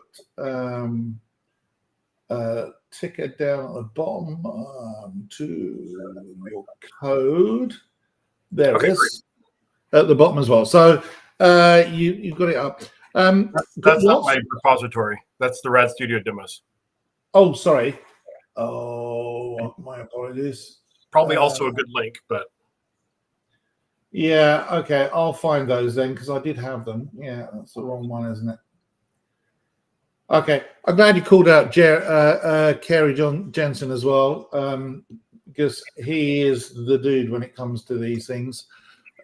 His book is awesome, and we both met him. Oh, I met him in Amsterdam. I think I bumped into him before in a few other places. Oh, here we go. Here's your link. Okay, let me just copy this link and get it correctly set up.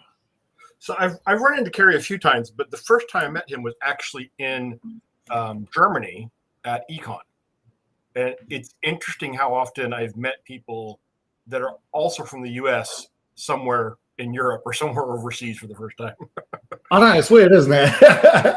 I went to when I went to Amsterdam, I met all sorts of people like you would think I would have bumped into them somewhere else by now, and lots of Brits as well, which is the weirdest thing. I met a few people years ago. Craig Chapman, for example, I knew from many years ago, and he's still a MVP, even though he doesn't. He says he's getting back into things, but we'll see. We'll shame him into doing it. Both you and I know Craig quite well. Lots of questions and things like that. Lots of people commenting about the MySQL DLLs and the client DLLs. My pro tip for that, because I use MySQL a lot, like heavily, is go to Heidi SQL. Because Heidi SQL is written in Delphi, and he has links to the 32-bit libraries. But I know Ansgar, who is now an MVP, was saying that he's finding it impossible to get the 64-bit client DLLs. This obviously will be solved at some point once we have a 64-bit IDE, which is something that is one of those tick boxes that we need, because people say, well, why can't the 64-bit IDE be made? It's a lot more complicated than that, as you know. I'm kind of preaching to the converted here, but there are component packs that get, component libraries that get loaded in. They're BPLs, so they're DLLs effectively, and they need to be 64-bit before everything will work properly. So it's not just a case of recompile, select a 64-bit target. There's a lot more to it than that, unfortunately. But obviously, when that happens, then the problems with the 32-bit DLLs will just disappear. I personally think that the way things are heading, 32-bit will go out the window within 18 months worldwide. I think that Microsoft's push to make 64-bit the standard. I mean, 64-bit Windows has been the standard for a long time. Yeah. That and ARM are going to rule the roost. So, well, I think that the ARM is actually going to be a big part of that push to 64-bit, because it's that maintaining multiple architectures is a lot of work. And so right now we're maintaining 32-bit and 64-bit architectures, right? It's adding ARM to the mix. That's too many. So we got to get rid of one. So we're going to have ARM and Win60 or Intel 64, which interestingly, if you remember your history, Intel came out with Itanium 64-bit. So I remember that. So for a while we had three. We had x86, Itanium, which was Intel 64, and AMD 64, and Itanium lost out. So AMD really pushed the envelope back in the day, and I think ARM has kind of taken over that position really for them. So do I have this weird strobing effect? Yes. Yeah, it must be the lights in here. It looks like you're being beamed up. It's great. You're going to be zoomed back into whatever planet we both come from. It's debatable. So the MySQL libraries in HiDSQL, but I wanted to try and find a official channel to download them from, and that was my frustration, is I just couldn't. But then, like I said, the MariaDB ones work just fine, and so I'm wondering if HiDSQL uses the MariaDB version of the client libraries. I have to say, I use libMaria for my apps because it works. But actually, most of the apps I deal with, apart from the legacy ones, they are 64-bit, so the problem doesn't come up. But as I said in the chat, there is a MySQL 9 out now, and that is currently in preview, but that will not work with these 32-bit clients, and is going to be probably the reason why those will become obsolete, because it uses an encryption technology where you have a side-by-side encryption library.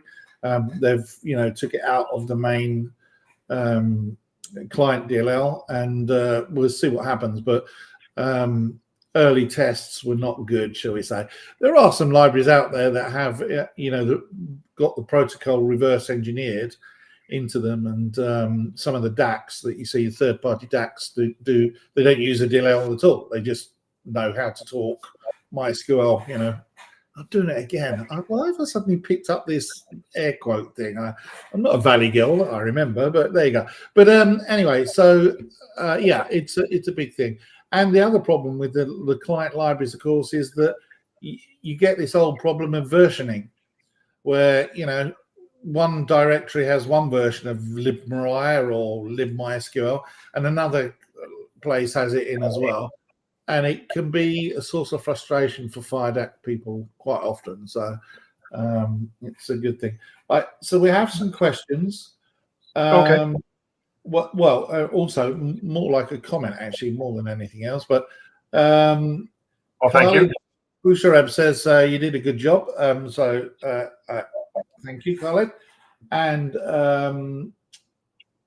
it's not really a question, but it was a comment. Patrick said there was a problem with the session titles. That was my fault. I was trying to delete the previous session title and put your session title in. I accidentally nudged the wrong button, and with Restream, it's very easy to show the wrong title up.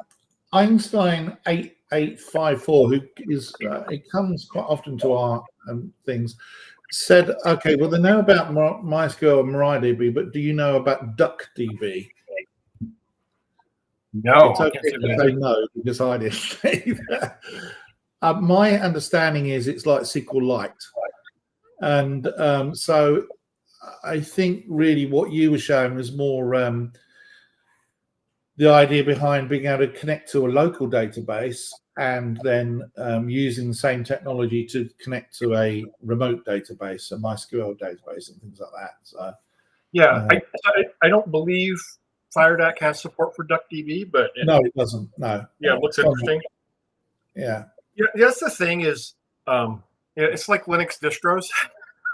Yeah. There's always another flavor out there, and that's why I put that list of the top 30 databases, just to show that yes, there are a lot of databases FireDuck doesn't support, but if you take that top 40 or top 30 list of databases filtered down to RDBMSs, it has most of those. So yeah, there are lots of niche ones out there that aren't supported, but if they get popular enough, maybe they will be. And there's plenty of other database alternatives that are supported, like Absolute DB and a few other things, like Nexus DB as well. All tech partners and all great products. Nexus DB are doing a little demo during this couple of weeks as well. So, you're back again tomorrow, aren't you? Is that right? I am. I'm back again tomorrow with the FireDAC Advanced FireDAC Secret Weapons or something like that. I can't remember what it's called. Secret weapons, cool. Fire torpedoes. Select torpedoes from launching. Yeah. Okay. Well, I think that's it for now. We're probably going to call it a day. I know that producer Martha has disappeared off, so she's left me driving, which is always a bad idea, because you never quite know. Is there anything you particularly want to get across, Jim, that you didn't come across in your little conversation there? I kind of reiterate. I think the hardest thing with FireDAC development is finding the right client libraries. I know that some of the other ones out there don't require client libraries. My understanding is that the databases, it's undocumented, right? And so the server may patch, and even though still be compatible with that version, might not work with the reverse engineered one. So I kind of personally like using the official libraries, even though it is a pain to get them installed and working. So, yeah, I actually feel the same way. The problem with using a third-party library is that if you go down that route and something happens, and God forbid, and in fact, that's actually quite relevant with someone recently in the Delphi community who's passed away unexpectedly. But if you go down the route of having a third-party solution, like you say, you're relying on them decrypting the protocol. I don't think it's an open protocol, although if MariaDB can connect, then I guess because it's open source, you can just read the source and work out how it works. But yeah, you're relying on those. But I mean, the same is true. If you rely on something from Embarcadero, then you've got to rely on us making sure that it works as well. But obviously, there's a big business case for us to make sure it works. So I think there's a slight difference in there. But I mean, the same is true of third-party vendors. But I personally, I use the libMaria library, and I use the FireDAC driver link, and then I have it locally where the executable is, and it seems to work. And I seem to manage to connect to most types of MySQL without any issues, and it's very reliable. What can I say? Yeah, that's a good point. Like you said, if it's published, the source code is, then yeah, I guess you could convert it.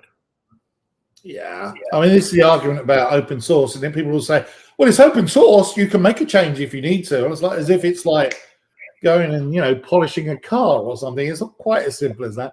I mean, you've got to be capable of making changes to something that is actually quite complex and doing it at a level where it's going to be successful and optimized and tested. And I mean, life's too short. I've got too many things going on to go around and do all that kind of nonsense. I'd rather pay someone and let them do it. So, yeah, okay. And that's the advantage of, honestly, of using, like, I think Unidac is the one that has the doesn't require the client libraries, but that's the advantage of using Unidac or even FireDAC, right? Is that then you have somebody else's team that is dedicated just to maintaining that one piece of code, making sure that's working, and you don't have to worry about that, right? You just got to update and keep using that.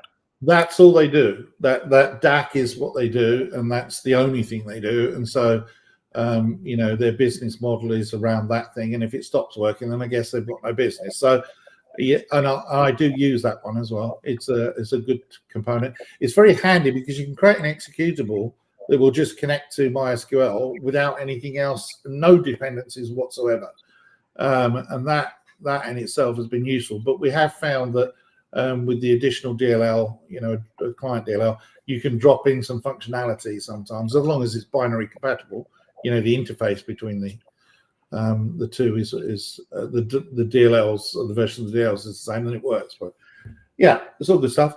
Well, if there's nothing else, then I'll thank you, Jim, for sticking around and spending time and the effort you put into the videos.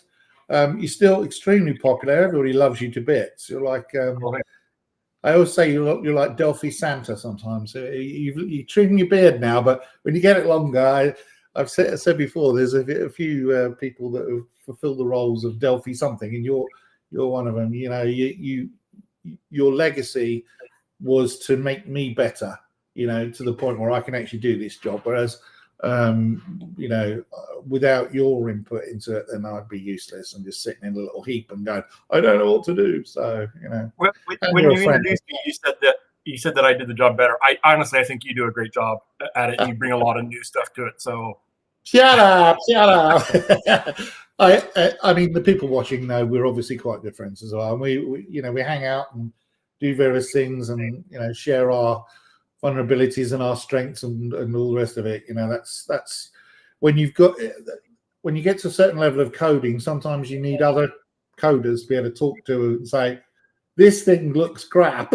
With respect, I shouldn't have said that, but this looks like a big problem. I don't get it. Am I stupid? And the other person goes, no, I don't get it either. And that's good because they know what they're talking about. And you're one of those guys I can go to and go, I really don't understand this. And if you say you don't understand it, then it's okay. I'm not stupid. So it's all good. Yeah. Okay. All right. Well, speak to you soon. Right. I'll see you again tomorrow. And thanks everybody for joining us. I'll just make sure we haven't got any little questions pop up. No, they're just people saying thank you. Anything you can compile makes it a whole lot easier. Yes. Okay. All right. Well, thanks very much, Jim. I will disconnect you from here. So you're gone. I want to say thank you for everybody that turns up and takes part. I know some of these webinars can stretch on for days. We're trying to do one every single day for the next 10 days. And we want to make it so that the content is of good quality. And we don't really want to, fill the time with nonsense if we can avoid it. So that is where we're at with that. We could have said, we'll have 10 sessions every single day. And then, you would be watching content where you just think, why am I watching this? It's nonsense. So we're actually trying to make sure that the content that we've got available is worthwhile. We've got loads coming up. I did say at the very start of today how much content we've got, but we haven't finalized our schedule because we've got another 9 days of things going on and lots of things happening in the background as well at the same time. So thanks for sticking with us, everybody. I appreciate it. I will be in again tomorrow, I think. Let me just check. At the same time tomorrow, yes, 10 a.m. US Central Time. And whatever time that started today is the time I'll be here tomorrow. If you're watching on YouTube right now, can you click on like and subscribe? I won't know you've done that. I will have absolutely no idea that you're subscribing. We don't get your email details. We don't get your username. We don't get anything.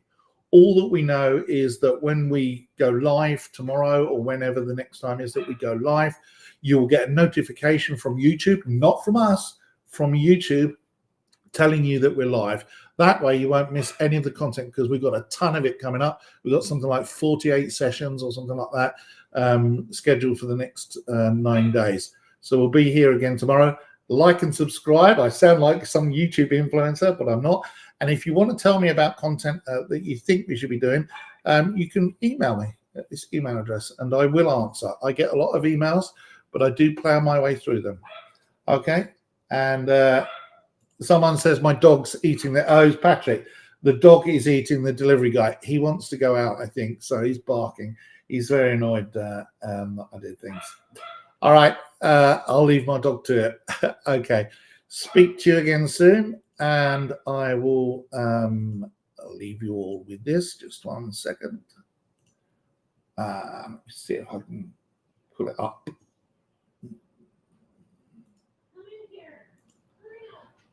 Okay. The Object Pascal programming language is. I decided it would be cool to make a program where the code was the codified lyrics to a song, and then the output was the actual lyrics to the song. So much like Walt Disney created Fantasia based on classical music, I've created a special musical number based on the music of Jonathan Coulton. Code monkey, get up, get coffee. Code monkey, go to job. Code monkey, have boring meeting with boring manager Rob. Rob say code monkey very diligent, but his output stink.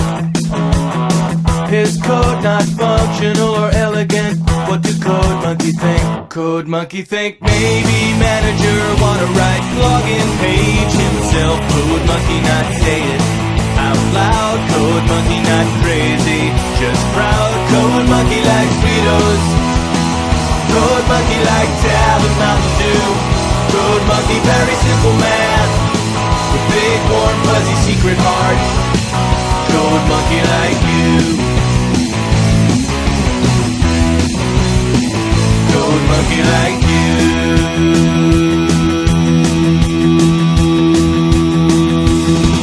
Code monkey hang around at front desk till your sweater look nice. Code monkey offer buy you soda, bring you cup, bring you ice. You say no thank you for the soda, cause soda make you fat. Anyway, you busy with the telephone, no time for chat. Code monkey have long walk back to cubicle. He sit down, pretend to work. Code monkey not thinking so straight. Code monkey not feeling so great. Code monkey like Fritos. Code monkey like Tab and Mountain Dew. Code monkey very simple man, big warm fuzzy secret heart. Code monkey like you. Code monkey like you. Lots.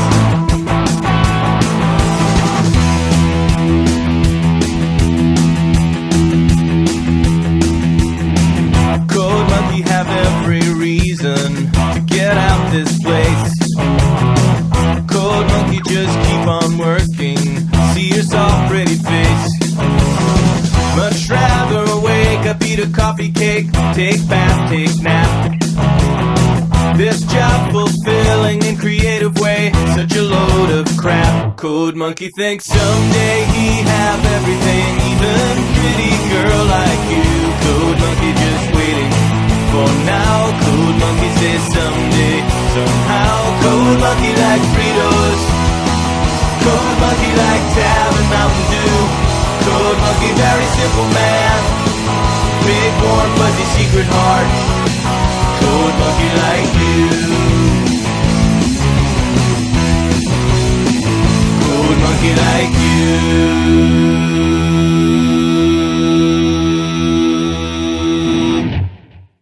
Code monkey get up, get coffee. This is actual Object Pascal code and was recorded in real time. You can compile it with Delphi or app method and run it on Windows, OS X, Android, and iOS.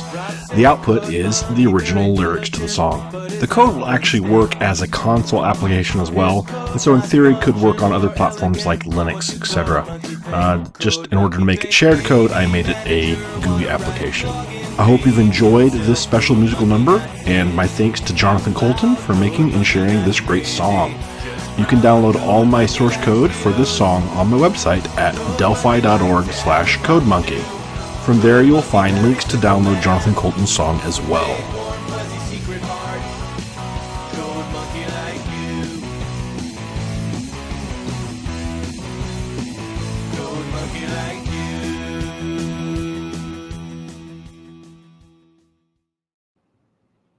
Thanks for watching, everybody.